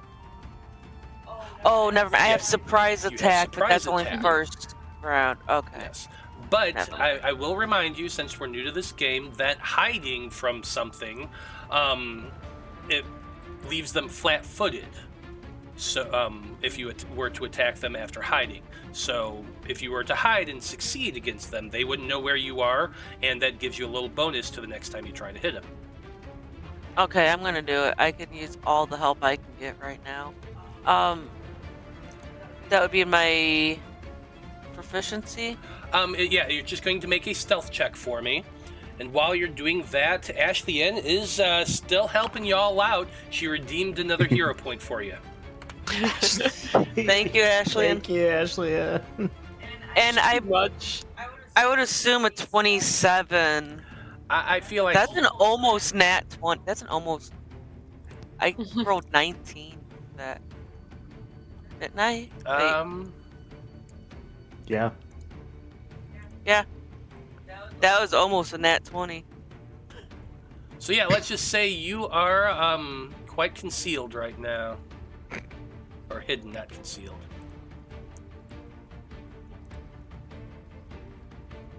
Alright, that's it. Super sneaky. Sneaky. You go running up to behind that column, clutching to it behind your back against it, and successfully hiding. That's it for your turn. Next up, we have Zormunder. Zormunder, for his turn, is going to be cheering. Go!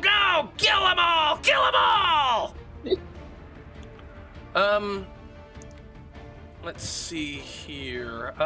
Who can he actually Encouragement. see?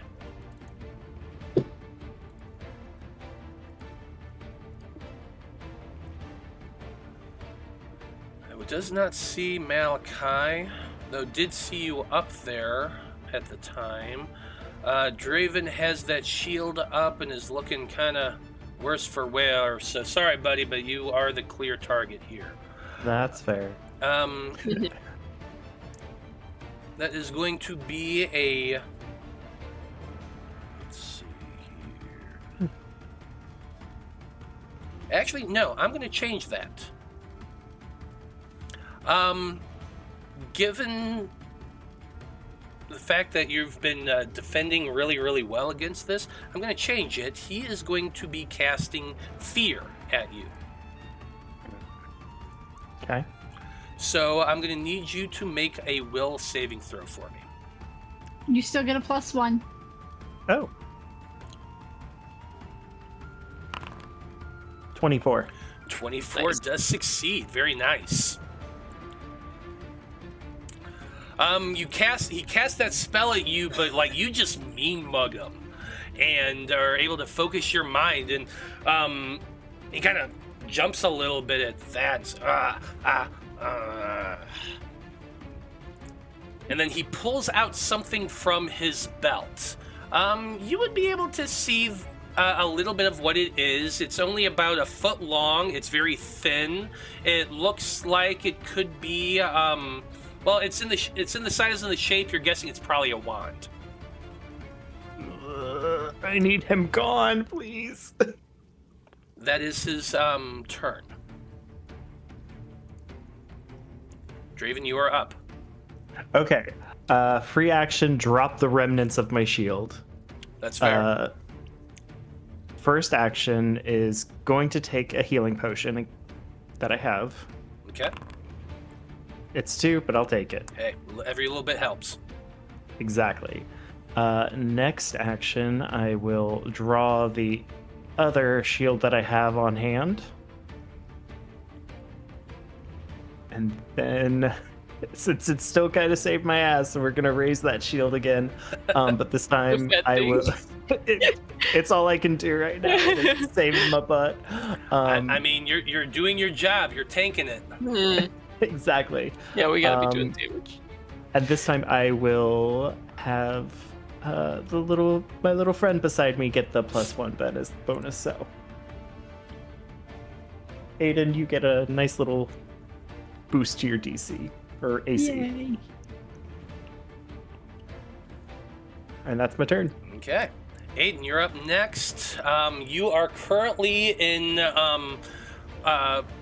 save the life mode, so it's kind of my choice what you do. I'm also in vengeance mode because it does say that they will do whatever it takes to kill whatever knocked me unconscious. Yeah, and the thing that knocked you unconscious is literally right there in your face. So I feel like a Cyburst is in order. No. Imaginary weapon will do more damage. Will it? Okay, then do the imaginary weapon. I looked at the amp. The amp is yeah. Well, I don't know her abilities. I just know what the thing says you can do. Okay. I don't know if we're just gonna go bludgeoning.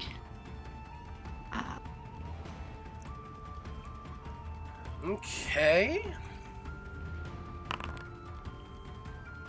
I should have targeted it, but that's okay. 23 still hits.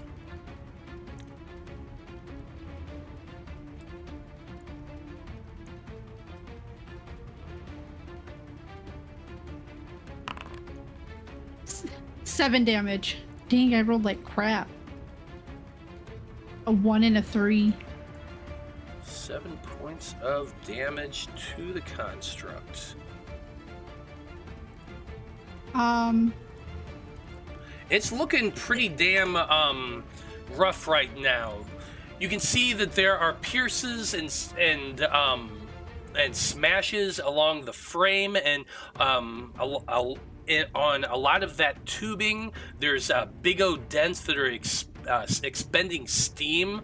The whole thing is like sparking, and you're seeing like electrical arcs kind of rub off of the thing, just kind of along the edges of it as it's been moving. So it's looking pretty bad right now. I think I will also do a Cyburst because I only have one action left, and I already have a shield on me, so I can't shield myself as well. So let's go with a Cyburst.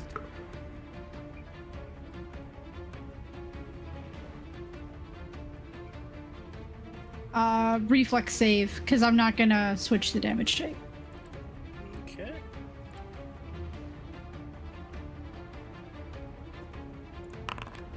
That's a failure. Yes.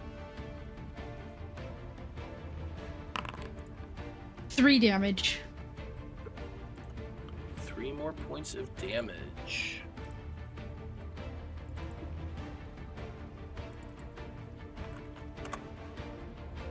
Okay, that's it for your turn. We are back at the top of the turn order with Malachi. That's turn number 2, which means my psyche is done, so I am stupefied. Okay. For 2 rounds. So basically, at the end of Aeden's turn, after just like going full throttle on that construct, like you just see some of those sparks on the creature go between her antenna as well, and she just seems like stunned a little bit.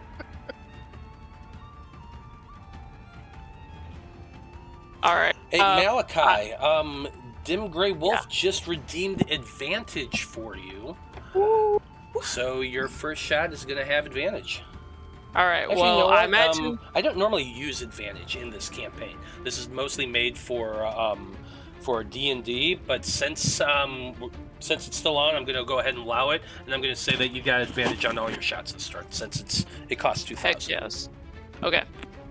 So while I'm kind of crouched down behind this wall hiding, so I think the first thing I want to do, I want to drop, as in gingerly set down the blowgun.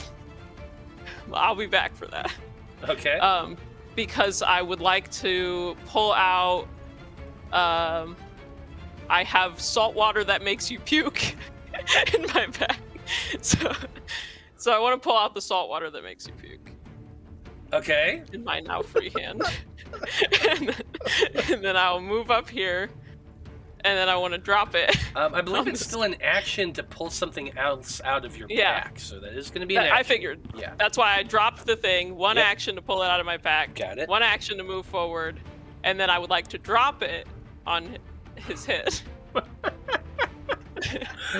Okay, I like it. So, being the fact that it is water in a water skin, okay, you're having to turn it over and douse it, and you're hoping to aim in a place that, like, it seems that water is going to go in and do some damage, right?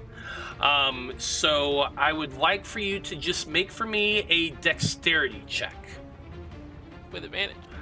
You do have advantage, so D20 plus your dex mod. Dexterity. How do I roll just dexterity without? Oh, there it is. Okay.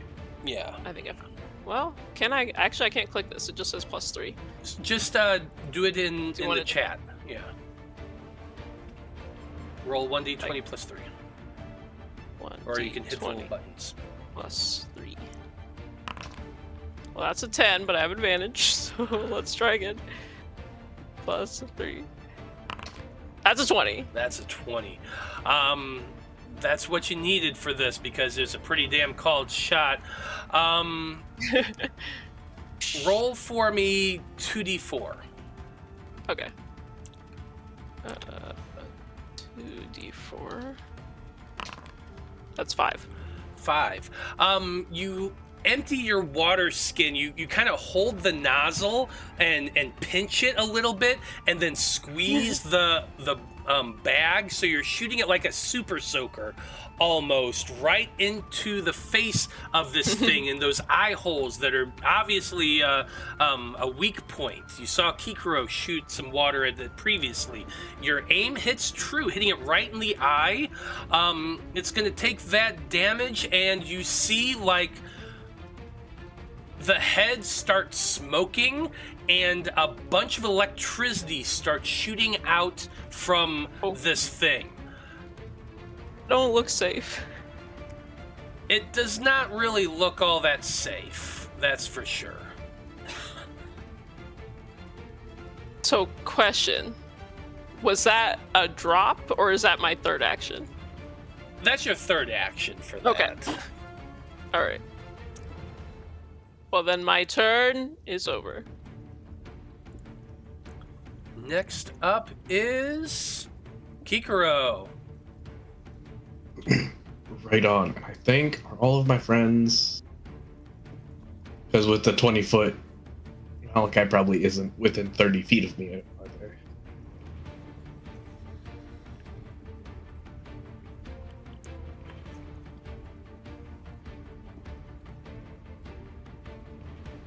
In that case, we're going to go ahead and I know they had told us yesterday, or not yesterday, last time, but this is not good for lightning. So we're gonna cast Frostbite.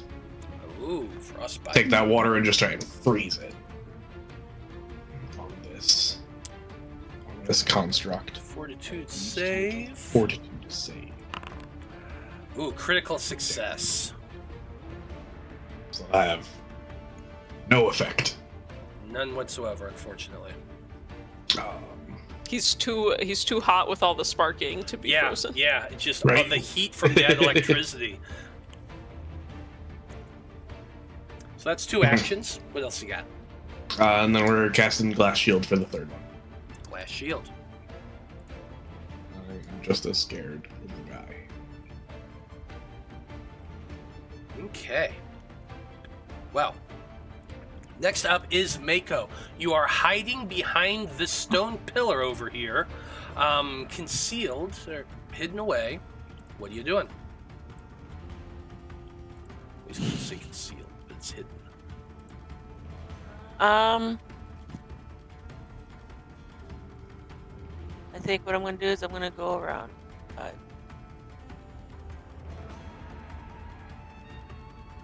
Oh, shit.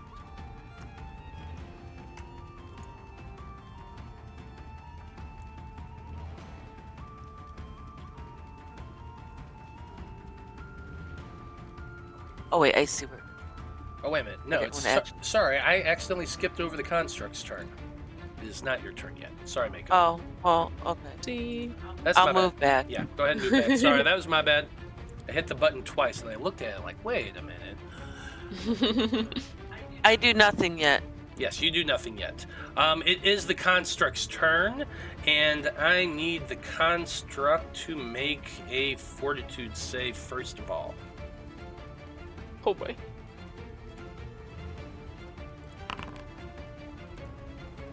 Okay. You see more sparks begin to ignite from the inside of this construct. You've been hitting it with a lot of water, and that water's been seeping in to the gears and interacting with the circuitry in there. And electric arcs are beginning to just kind of shoot out from the thing. You hear boom, boom inside of it. And you see more of that green mist starting to leak out from the sides of it. I'm going to need both Draven and Aeden to make me fortitude saving throws, please.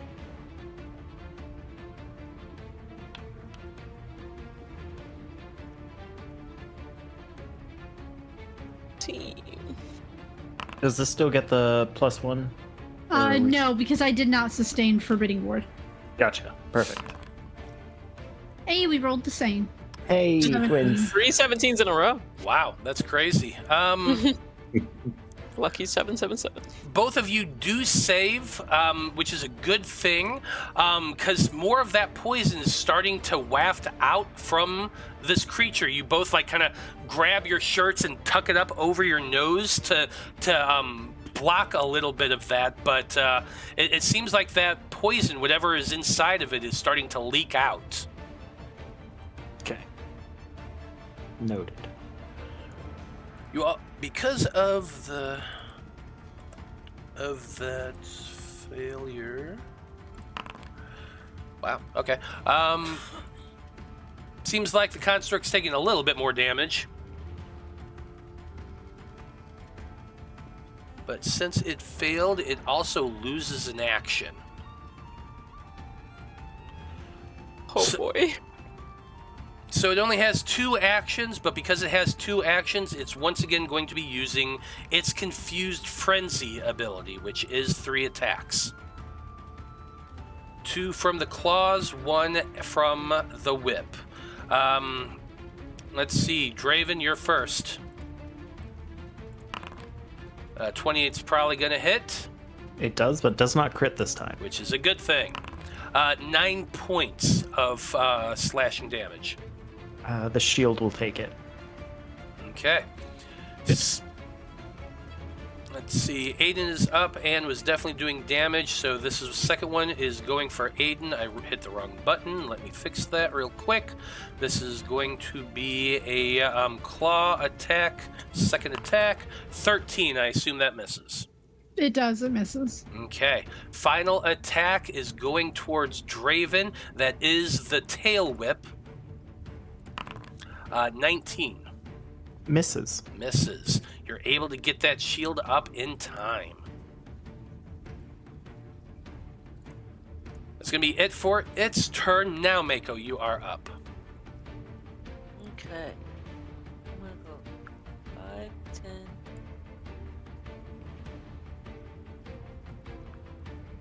Ugh. 5, 10, 51.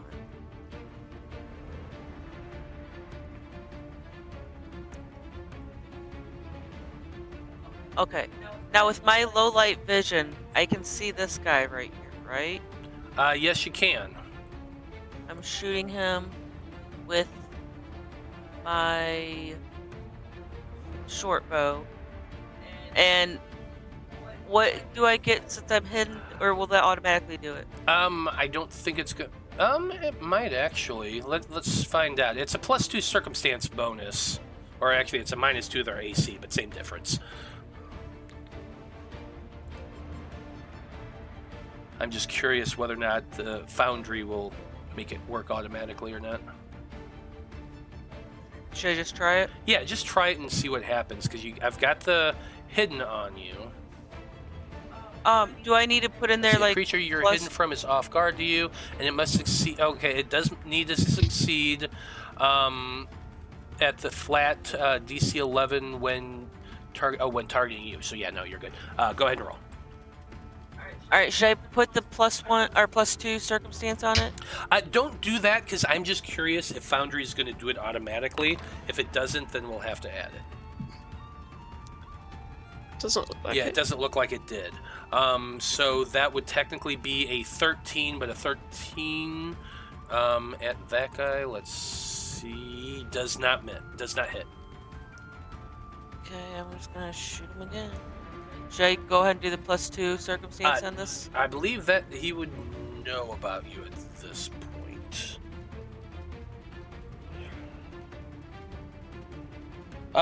Looks like Dim Grey Wolf is in chat, redeeming a healing surge for Kikiro. So 4 points of healing to you, Kikiro.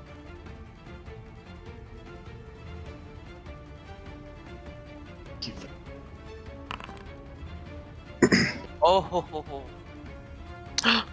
Crit. Maiko, that hit. you Wow. Beautiful, beautiful thing. Yeah, that would be a crit, wouldn't it? he knows a nat 20. Give him 10 damage, please. Well, I guess. Because you asked so nicely. So, like, the gnome standing there's got the wand, is looking ready, and then suddenly Maiko just pops out and sends 2 shots. The first one missing, he looks up just in time for another arrow go right in his shoulder. That's it. That is it for your turn.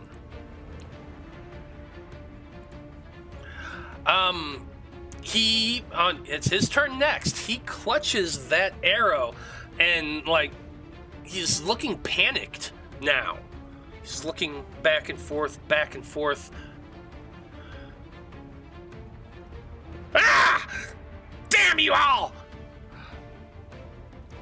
Hold them off while I escape! He yells at the construct, and the construct's head, like, turns as though it is acknowledging the fact that he spoke directly to it. You see the gnome hold up that wand, and he is going to be using his first action to use it. What happens is, well, a couple things. His body seems to shimmer. Why is that not? He also becomes concealed. Also, when that shimmering happens, it seems to like swirl about him, distorting his features and making him somewhat transparent.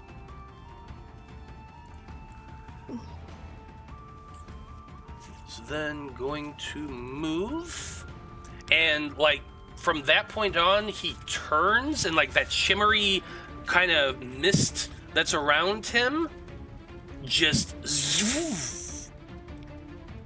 darts away at an incredible speed.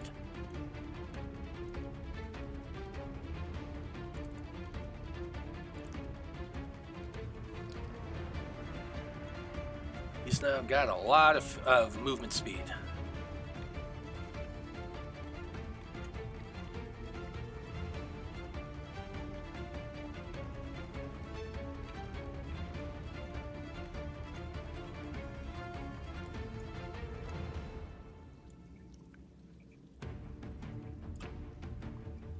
That's going to be it for his turn. Draven, you are up. What would it take to throw Aeden away? Like, little creature. I would have tossed them away from the this thing. Can I roll to yeet? Can I roll to... Yeet, my friend, please. Yeah, I'll allow it. I'll allow you to I'll pick... catch her. Yeah, so you can absolutely pick her up and yeet her. Are you, like, throwing her up on top of the cliff? Well, I was just actually wanting to, like, push her over here kind of away from anything so if it explodes. Okay. Unless Malachi thinks they can catch her. Okay, I need to think about this one because this is something I've definitely not encountered in Pathfinder before. Ryan hot potato with the Sprite. Yeah, forced movement generally doesn't cause attacks of opportunity, but this is you moving one friend from one position to the other. Yeah, but she doesn't want to move. She wants to attack the creature. Yeah. It would still be forced movement on my part, but yeah, that's what I'm saying. Draven's using a manipulate action, which would trigger, I think. Oh, so it triggered against him, not against you. Yeah, it would trigger against him. It's what I'm thinking. Now, here's my question, Aeden. Do you try to fight Aeden or Draven on this? Because I'm not in control. You're not in control right now. That's right. I'm in control. But based on my abilities, I mean, I'm stupefied. You are stupefied. So, that is true. I would have to make a flat check to cast any spells, which I would do in this form. But my range stuff does better damage, so it would be advantageous for me to not be right there. Okay, so this is what I'm going to say. But it is ultimately your call. I feel like you need to make a perception check to even be aware of this happening because you are stupefied. So, being the fact that you're stupefied, let's call this a DC of 12. 15. 15. You are aware of this fact. So, are you going to try to stop Aeden or Draven as he goes to pick you up, Aeden, and throw you? I don't think so. Okay, then you're going to allow this to happen. Draven, you are going to use your action to yeet. Give me a d20 plus your strength, and the creature is going to get an attack of opportunity on you. It's fine. I accept it. Just a 9. Just a 9. It still happens, but you're only going to get her to right about here. That's farther than that. That's still away from it. So. And the only reason I'm giving you that is because she's allowing it to happen, and she's tiny. So, like, the DC was going to be a 5 to do this. But you didn't get very far. Now, here comes the attack. Because while that head had been turned around, the moment you moved and grabbed her, that head swiveled around and focused directly on you. So here's the attack of opportunity. 23. That will hit. 19 points of damage. That's a mixture of piercing and poison. This shield is now... Oh, wait. Yeah. It's destroyed. Yep. So that'll take 11. And so that's 8 damage I'll take. 8 points of damage you'll take, yes.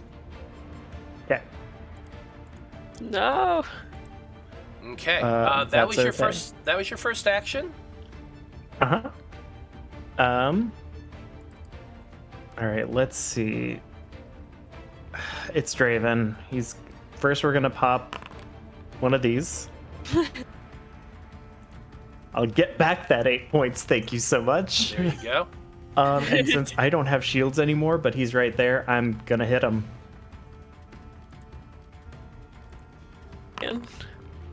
21. So, up until this point, a 21 has not been hitting. However, based on the amount of damage and the amount of water damage that your group has done, his AC has got a -2 circumstance bonus because of the fact that he is now kind of partially rusted and unable to move. So a 21 does hit. Yes. Oh, Draven, be careful. Yeah, no, Draven's probably gonna go down for a second. It's fine. 10 damage. 10 points of damage. The construct is looking severely hurt. It has gashes and breaks in quite a lot of its body, barely managing to maintain its form, but it is still up. Did you mean to hit the 5 damage? It says metal construct takes 5 damage. Yeah, there's a reason for that, because since it does slashing damage, it seems to take less damage than it has been. Okay, I wanted to make sure that was the reason. Yep, I was getting to it. That's it for your turn, Draven? That's all I got. I saved a friend and did so. Did you do 3? Aeden, it is your turn. You are stupefied 1 right now. Yeah, it should. I'm gonna use the remnants of the shields that are around Draven. Oh yeah, I can cast it, and I'm gonna cast telekinetic projectile. We're gonna use some bludgeoning damage. Aeden, you're like the hurt the worst right now, aren't you? You just have 1 actual hit point. I have 1 actual hit point. Okay, perfect. While you're doing your attack, Ashley-Ann is redeeming another healing surge for you. So that's 5 points of healing. Cool. That's a 26 to hit the construct. You said it does hit.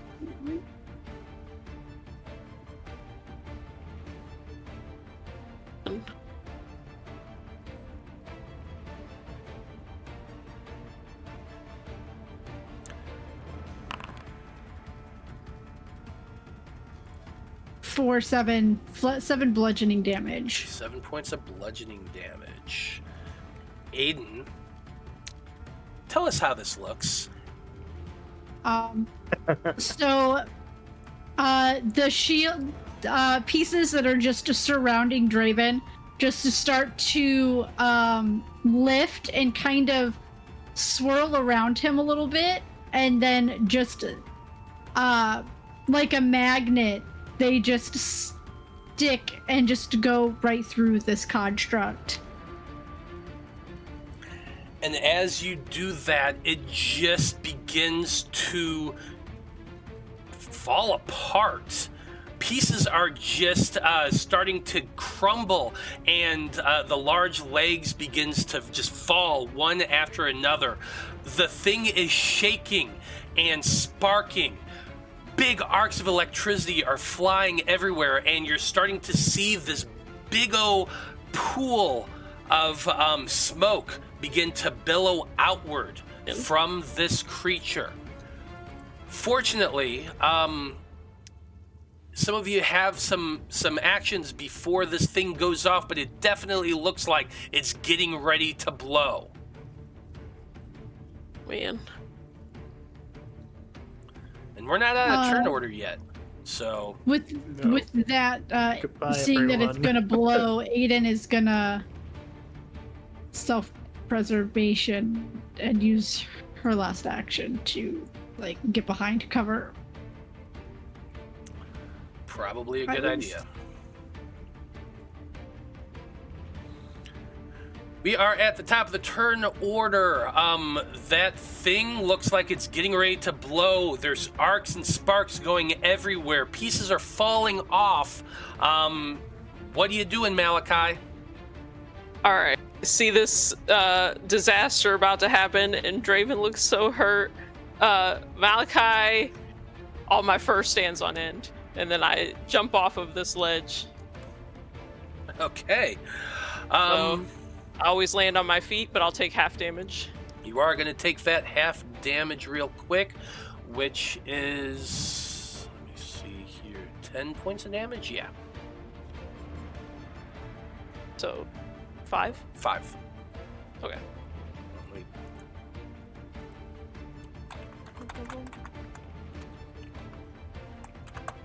Is it not like a roll? Hold on. Let's see here. I'm looking it up real quick because I'm blanking on it. Let me just double check. If you fall more than 5 feet, when you land, you take bludgeoning damage equal to half the distance you fell. Treat falls larger than 1,500 feet so... as though, blah, blah, blah. So that's it. It's not like you don't roll anything. So it's a 20-foot drop. You would take half of that, so it would be 10 points of damage. Okay, so it's half, because it says you take damage half of what you fall, which would be 10, and then I take half of that, which is 5. What? Yeah. That's okay. All right, so I land on my feet. I want to keep moving, and I want to attempt to push Draven, preferably back here in this general direction. All right, big guy, let's get out of here. Give me an athletics check. All right, I am attempting. Let's see. Efficiencies, there we go. Athletics. That's a 15. I assume you're letting this happen, Draven. Yeah. He's too weak. Yeah. He's hurt. God, this is a tough one. Because, like, he is so much bigger than you. I'm a little guy pushing him out of the way. I could trip and roll if that would be more thematic. And I'm like, I'm using... Well, it caught me off guard. Push like, is... oh. So, for mechanics purposes, pushing someone, you have to, like, beat their AC. Normally. But this is something that Draven is allowing to happen. So I'm going to rule that you are able to do that. You're not going to be able to push him like super duper far, but I'd say half your movement. So half of my movement. So we'll say like 10 feet. I want to push Draven to be here if I can. If successful, if a check creature pushes it away with Bull Rush, but the distance is...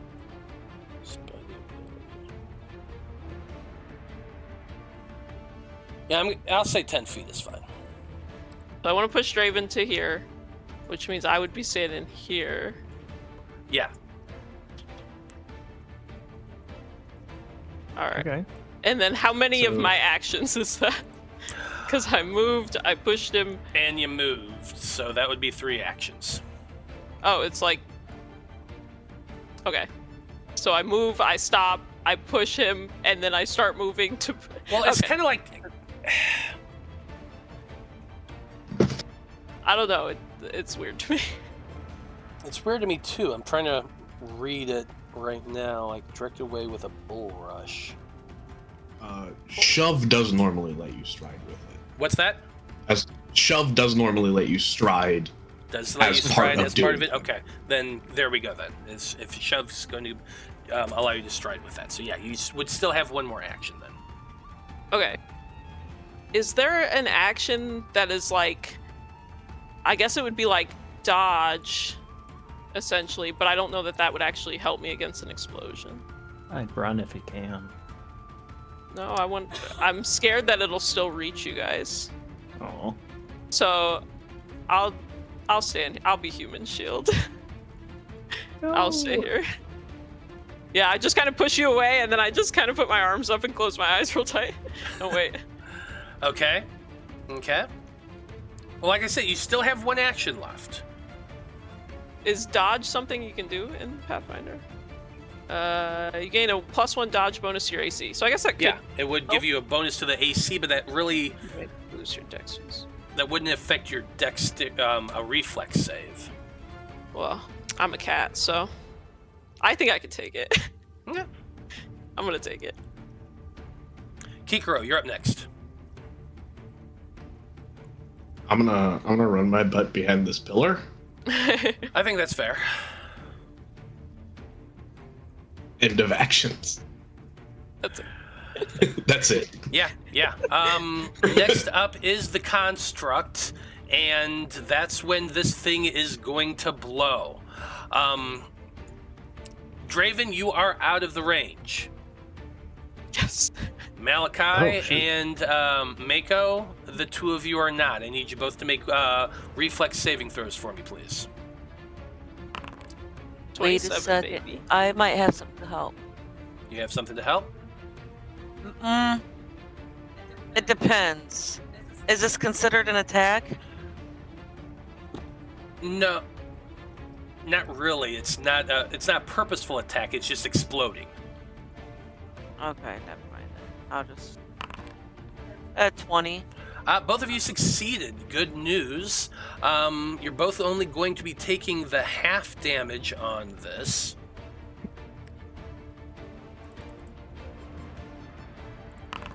Which is 9 points of damage, so half of that to both of you, as you both take half of that, 4 points of force damage.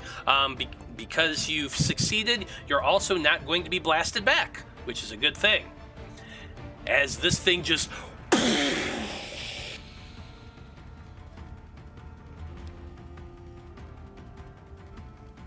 Yes.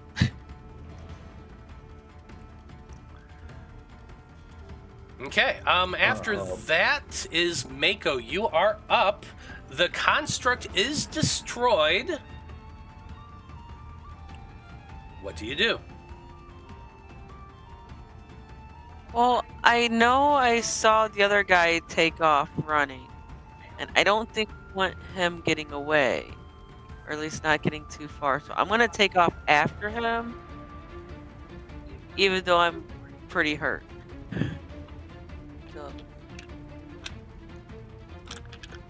move. 5, 10, 25. Okay, I'm not seeing anything over here though. But Yeah, it does get pretty dark in that area. As you're continuing on, you can see there are some light sources. There is... I do have low light vision. Yeah, I know. I'm taking that into account. You can see that up towards the northern end of this chamber, which is quite a bit bigger than the one you were previously in, there is a lit furnace with fire going. There is a large table that is connected by tubes to a very odd-looking piece of machinery, something you've never really seen before. If I were to describe this to somebody like us, I would say it looks like one of those gigantic propane tanks you would see on a farm, covered in pipes and tubes and gears and switches and levers and things like that. It's an odd sight to behold, and we'll get to more about that later. You can also see in the light the remains of the digger, partially taken apart and strewn out along another table up here towards the north. There is a very large column in the dead center of this room, which you really can't see much past beyond that, but as you look about, you definitely do not see the gnome anywhere.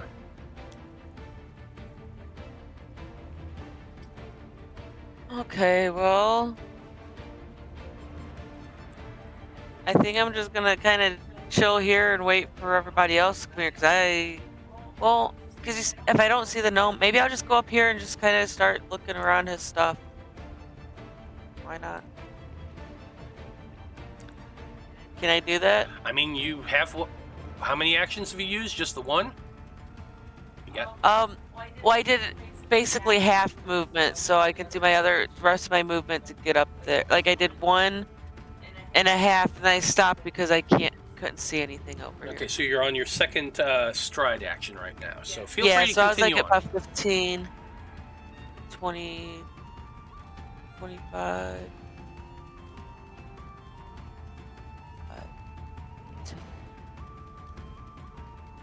I think probably about right there. Okay. And then that's it for me. That's going to be it for you for now. I described things loosely for you. We'll get into more of that later. It is the gnome's turn. You have no clue what the hell he's doing. I'm just going to tell you, the audience, that he is zipping. He is cruising. He used all 3 actions to stride, and his movement speed is ridiculous right now. Draven, it's your turn.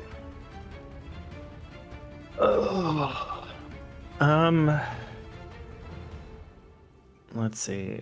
Draven doesn't have the movement, but I think I'm gonna also kind of follow that lead.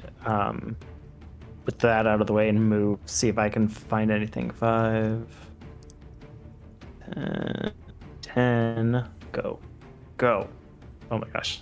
10. Okay, fine. 5, 10, 15. Can't move. Why is it so slow? Yeah, mine was not wanting to let me move either. It's taken a minute, but we'll see. I'm gonna move here. Maybe if I can at least indicate where I'm trying to get to. We'll get there eventually. There we go. Okay, so that's first movement.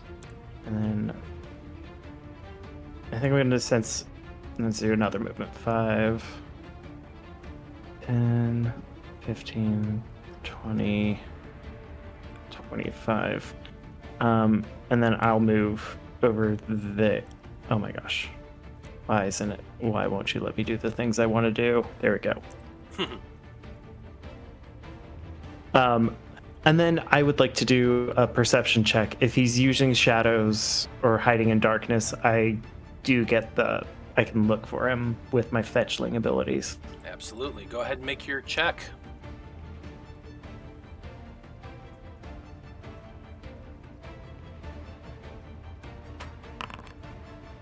$25. You're looking about using your dark vision, which allows you to see a lot more detail than everyone else. Things that I will point out that does catch your attention. There is another ledge about 6 feet tall right over here. And on top of that, you can see a chest and a lot of coins all spread out around it. You're looking about for that swirling, misty shadow-like thing that started to swirl about the individual. You do not see it at all. With your that 25 that you rolled, you are very well convinced that it's not that you're missing it, it's just not here. Okay. You do see that there is a tunnel towards the back of the chamber that does head off towards the north and disappears into the darkness beyond your vision from there. Okay. The last thing I'm going to... actually, no, you wouldn't be able to see that, so that's about it. Mm-mm. Next up is Aeden. Would she run after the gnome? I think she has a lot of vengeance in her heart, so there's one of two options. She would either go running up and start kicking the remains of the construct, or go chasing after the gnome. The gnome. I feel like that's fair. You're welcome to do so. Unfortunately, like I've described for everybody else, y'all don't see the gnome anywhere. And because of that, I'm going to go ahead and drop y'all out of turn order. Aeden, I will go ahead and move because I do want to see if you see one thing as I'm closing this out.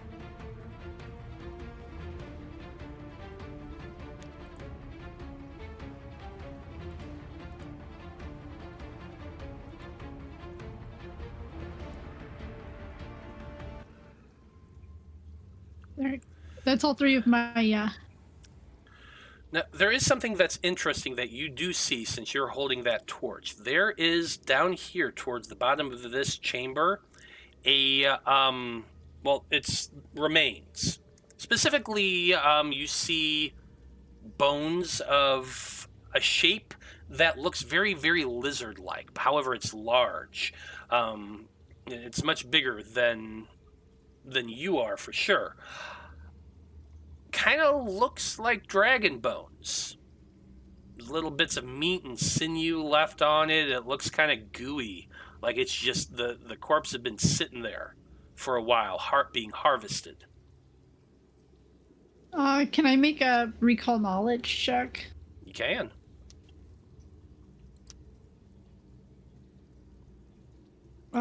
Nature, I would assume.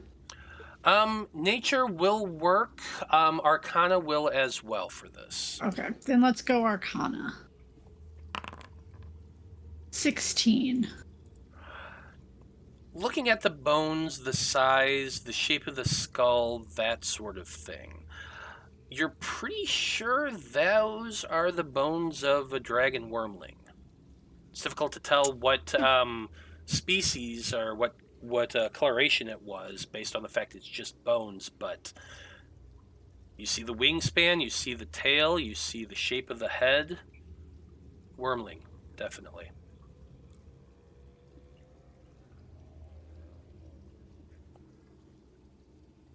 And you still have control of my character for about another 50 seconds. Yeah. Yeah. I feel like Aeden would just be running down to the edge of that chamber looking for the gnome. You would see that tunnel. I imagine she would just go running off after, because that's really the only other place to go. You'd only do so for about 50 seconds. I don't know. Does anybody actually follow and chase after her? Aeden's a free spirit. I think Draven would, honestly, just out of worry at this point, because I was beside them the whole duration. So, like, where are you going? Where are you going? No, you get back here. I have healing hands. Start to pass out. Wait, before she just, like, kipped up. Oh, yeah. Yeah. Yeah. The two of you just go running down a tunnel. It's extremely long.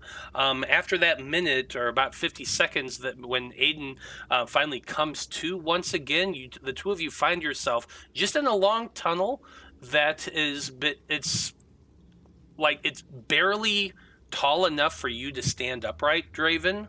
You kind of have to crouch a little bit at times to get past certain points.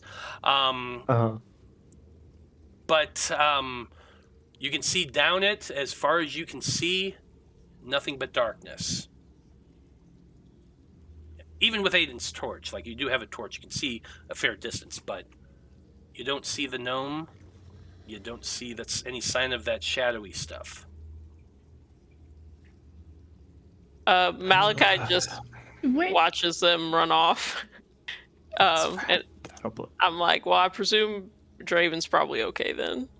So I just want to light a cigarette, take a big deep pull, and then I want to step over here and just kind of kick around the remnants of this thing and see if there's anything interesting that survived the explosion. Aeden is looking around very confused. I think... Are you ready to go back to the group, or do you need to keep going down this tunnel? How did we get here? Where's the big guy? The metal thing? I see. We'll talk later. I think you may have bunked your head a few too many times, or it was already bunked, and I don't know. But let's go back. We'll talk. Okay. And I'll kind of like pull. I think at this point, no, Draven's just fully like picking Aeden up, putting, and just we go. She's under his arm. Just. I'm gonna drink a potion while I'm up here. Good call. The two of you start making your way back to the center chamber. About this time, you see Malachi kicking around that machine.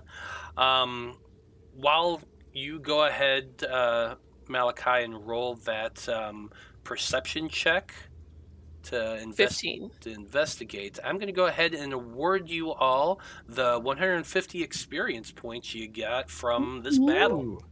Yeah. Let's go. That's a good one. This is fun. Now, while Malachi was doing that, Maiko, Kikiro, what were the two of you doing? Maiko's gonna kind of go over to because you said there's a bunch of gold and treasure and stuff up here, right? Yeah, there's a bunch of coins up there in a chest. Okay, I'm gonna go up there. First, I'm gonna check to make sure there's no traps or anything I need to worry about around it. Okay. Go ahead and make your investigation or your perception investigation check. Kikiro, what are you doing during that time? I think I'm looking at this propane tank looking thing. Absolutely. Looks interesting. That would be a perception check as well. However, if you have anything that would assist you, say like mechanic-wise, any lore as far as that goes, that you I could do use have that. engineering lore. That would work in this.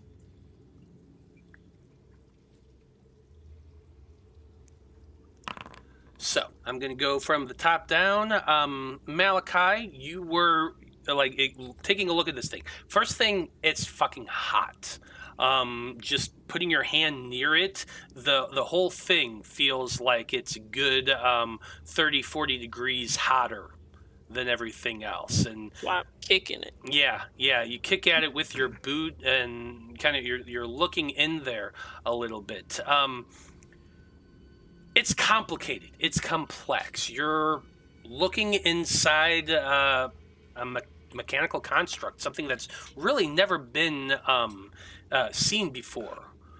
You have some experience with people who know a lot about these sort of things, and that's why you played around with the one digger that you'd seen before, and you are seeing some similarities between this. There's definitely the gears, there's definitely the tubing and things like that, and you do spot in towards the center another one of those glass canisters. This one is shattered. The glass of it is completely shattered. There is a little bit of a greenish residue inside the glass, but it's also singed from like electrical charring. So it looks very, very badly damaged. You do see like some valuable components as well, like some crystalline structures, gem-looking type pieces in different parts of the of like the mechanical contraptions. And so with some work, you could like start pry barring this thing apart if you really wanted to. How much do I think those things are worth? It's difficult to tell until you pull them out, but anywhere from a few gold to like maybe 10 or more. How long do I think it'll take to pull them out?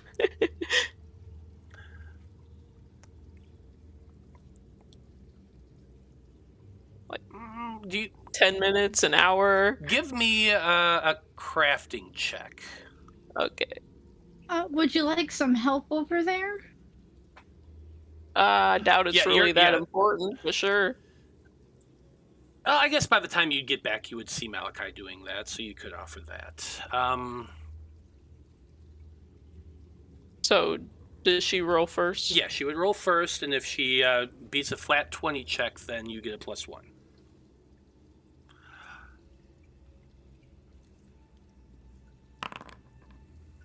It's a 17. Nope. 23. 23. It would take a bit of time. It's a pretty big construct, but there are tools around here. So that's going to make things easier. It would probably take you a couple hours to do it, but it wouldn't take you that long. A couple hours for 10 gold pieces. Maybe.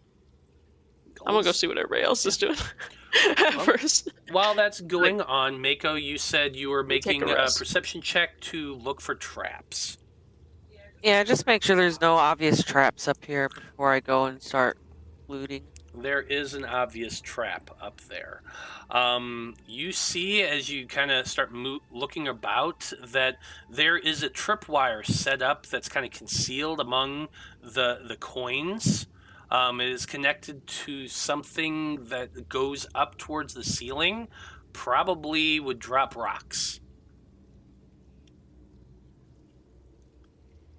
Okay. Can I disarm the trap? It honestly wouldn't be very difficult to. Would that be a thievery check? No, I'm not going to make you do a thievery check for this because it's literally you just take a knife and cut the rope, and as long as you don't put too much pressure on it, it's not going to be too challenging. This is just going to be an acrobatics check. Or actually, I guess thievery would work too. So either or. They're both the same.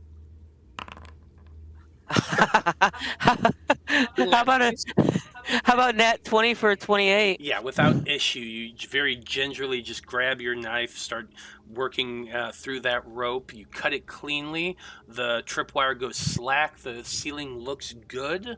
The chest is not locked. It's sitting there open. Okay. Oh, I am gonna start gathering some coins. Yeah, I will get to what you found here in a moment. Let's go back to Kikiro, who is examining the propane tank. You rolled, let's see, you rolled a 20. I'm going to just describe it a little bit first because it is odd. Like, it is long and tubular. It appears to be mostly made out of steel. It's difficult to know what's inside of it. You don't see a lot of ways to look at inside of it. There is a singular door that is closed that you're guessing is like an access hatch to it. There is a large globe on the top connected to the large cylinder tube. It's a bunch of rings all welded together in a bunch of different angles and degrees. It looks kind of like a gyroscope a little bit, but with a bunch of extra rings all circling around it. Inside the center of that, you can see a small greenish glowing crystal that's just kind of hovering there in between all of these spokes and wheels and things of that nature. You can see that there is a large central platform on there that's made up of brass. It has a bunch of different round glass round glass areas on them that have like little needles pointing to a bunch of different numbers. Does anyone here speak Gnomish? Nope. I actually might. Where do I see where my languages are? For mine, it's on the very first tab. Oh, I see. But no, I do not speak it now. Man, I should have taken Gnomish because of my mentor. So nobody has Gnomish? Doesn't look like it. Okay, you cannot read what's the script on it, but you've all traveled. Malachi, I'd say you would at least recognize the fact that it is Gnomish, though you you can't read the script itself. But it's like context clues. You're guessing they're probably numbers, and it's a needle showing a gauge. There's several of those. There's several wheels. There's a bunch of different buttons and things like that. On the back, there's a large metallic tube that comes up out from the central contraption and leads over to the table where there is a large, I guess it kind of looks like a big brass colander, just a bunch of holes with wires sticking out in different areas. You can see you kind of look into the bowl itself and you see there's a bunch of spikes, metallic brass spikes that are sticking out out from the center of it. Like you imagine if you were to stick it on top of your head, it would stab directly into your brain. Cool. There's a bunch of those, like 30 or more, just at a quick glance, all sticking out from the inside of this, and there's all these different wires coming out from the outside of it, all random in various places. The table, you're also horrified to notice, has shackles on it. There's 4 of them in total, 2 at the top, 2 at the bottom, arms and legs, you would guess. but the size of them are much larger than just a normal person. Like even Draven, who's got muscles out for days, would be able to stick his arm in there and have space to move around. Hooey. Walked in on somebody's torture dungeon. Now, as far as the engineering itself, you can tell that this thing is an amalgamation of both magic and technology. And it's something that you've never really seen before. Like, there are countries that have a little bit of steam technology and things like that. The Darwin Empire is one such, but it's all very, very minor in degrees. It's actually a very budding and beginning new technology that's only been around for the last few decades. But this like, as you're looking at it, this kind of evokes a little bit of that imagery of the things you've read about, the experiments that are going on in various other countries. That crystal inside of it looks like an energy source, though it's difficult to tell what type, based on everything you're looking at, the way the tubes are laid out, the way the whole chassis that's around the thing, that kind of gives you that vibe. And that's what you're able to see there. If you want, real quick, I can go through all of the stuff that's found in that chest. I will also note that there are some, that on the table over here, a lot of tools, a lot of gears, a lot of parts, all laid out. And some of it you recognize from when you were fiddling around with the digger, Malachi. It looks like they're in the process of rebuilding it. Isn't it up? Mm-hmm. Interesting.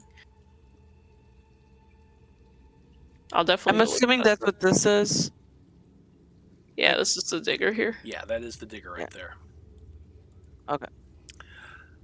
There is like a whole blacksmith station set up down here. You can see an anvil, a very worn and well-used, slightly rusted anvil over here. You kind of remember that an anvil was stolen from the town above. There's lots of scraps and different parts of metal. There's like little pieces of half chopped up armor in piles, like in various areas, and you can definitely tell that they've been like smelting and reappropriating pieces of metalwork to build that construct that's down here. Now, as far as what's all in the treasure, I'm just going to let you know. There is a silver bracelet with a fish pattern that you estimate worth about 5 gold. There is a very old map that you find that seems to be some sort of dungeon. It definitely looks like an old a map of an old dungeon.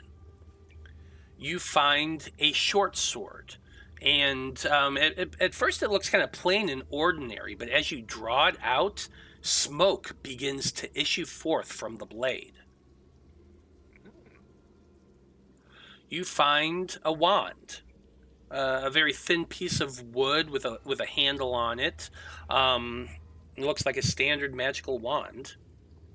You find 2 healing potions. You are able to recognize those easily.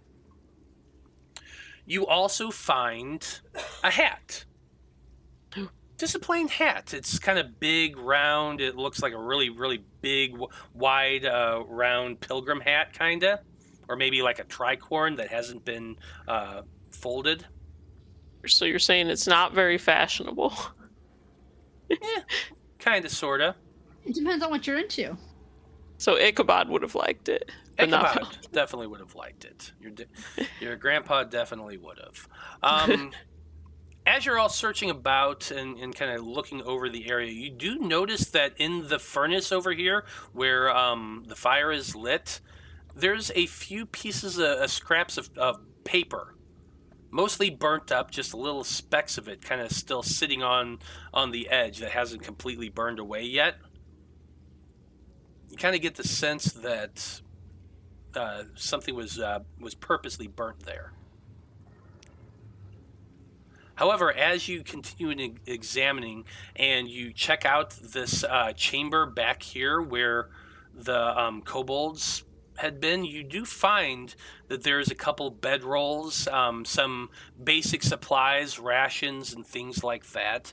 But underneath one of the pillows, you find a very old, worn, leather-bound book. As you open up the book and kind of start scanning through it, you find two things. Number one, a bunch of math. Just a lot of math. Hate math. Mixed in with symbols that none of you really recognize. It's math, odd. I like math. You like math? I like math. So I mean, cultism Dyto wouldn't doesn't work like here. math, but Aeden likes math. Aeden likes math. Aeden, if you'd like, you can take a look at that. It would... Let's see here.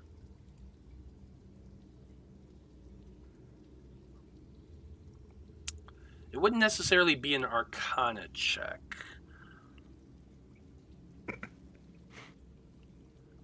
I would say this is probably just a straight intelligence check.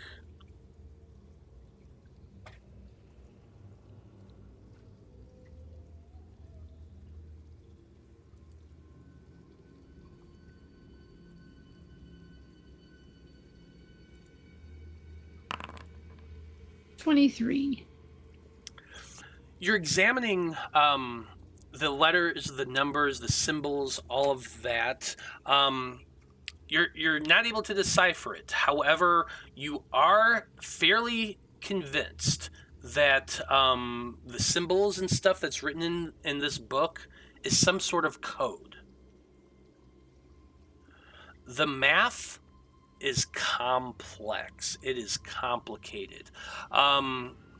At being the fact that you are familiar with the arcane, though not necessarily like wizardy stuff, you would recognize the fact that a lot of these numbers look like spell computations.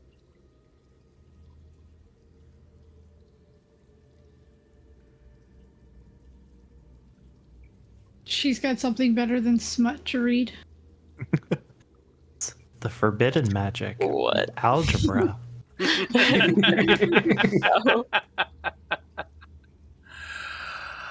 As far as the coins go, I forgot to tell you how much coins there was. So where did I put that?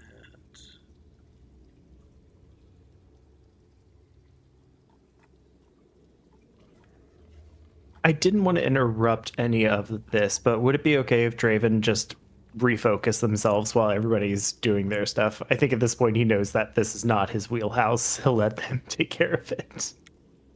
Absolutely. Thank you. In total, there's a lot of coins, and it probably takes a while for you to count them all. This is about the time. So this is going to take a bit, but in total you have 429 copper pieces, 63 silver pieces, and 25 gold pieces in this pile of treasure. Nice. You also find that there is a large emerald, a single large emerald at the bottom of the treasure chest underneath some of the coins and all the treasures and stuff. It's pretty big, and it kind of reminds you of like a dragon eye a little bit. Looks to be worth about 20 gold.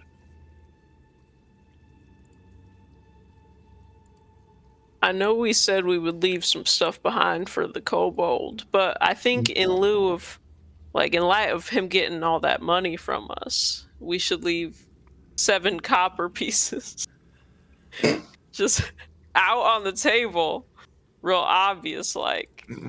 Wouldn't that be funny?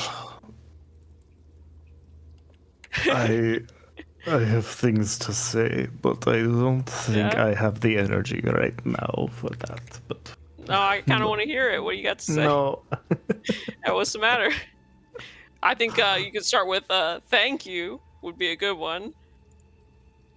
Very well, you are correct. And this time, I think Draven is going to actually pull Malachi into a kiss this time and do lay on Whoa. hands with that What? and give them Oh. 6 HP. Oh. All right, Malachi was not expecting this. I hope that is sufficient enough for a thank you, and hopefully will persuade you to be a little bit nicer. You're much more handsome when you're kind. I think we can call it even.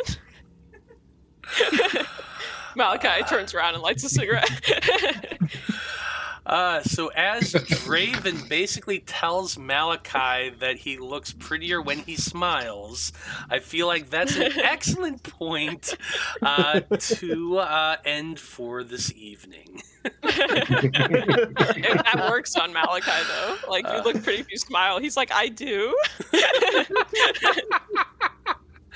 Love it. Well done, everybody. The gnome was able to get away, but you were able to destroy the construct. So hey, that's awesome. Woo! Didn't die. Yeah, it didn't Not die.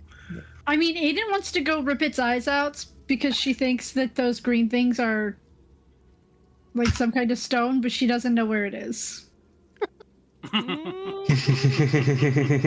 Gotta be careful. We should just take a long rest on Now here, you why guys not? are finding out why she has time blindness. Yes. She just has lost time. Yeah. How many times has Aiden been knocked down that low then? Oh my god. Aiden has a near-death She's just experience a like little every other day. It's true. Well done, everybody. And as always, thank you to everyone who watched this evening. We very much appreciate you tuning in and hanging out with us. Come back in 2 weeks to find out what our heroes do now that they've destroyed this construct and apparently chased off the gnome who was experimenting on it. Should be very interesting. As always, we like to go around the table and have everybody tell us who they are and where we can find them on the internet. And Brandie, since you're the one who did the recap, why don't you go first? Hi, I'm Brandie. You can find me here every other Monday playing Maiko, and then the opposite Wednesdays playing Veed on our Curse of Strahd campaign.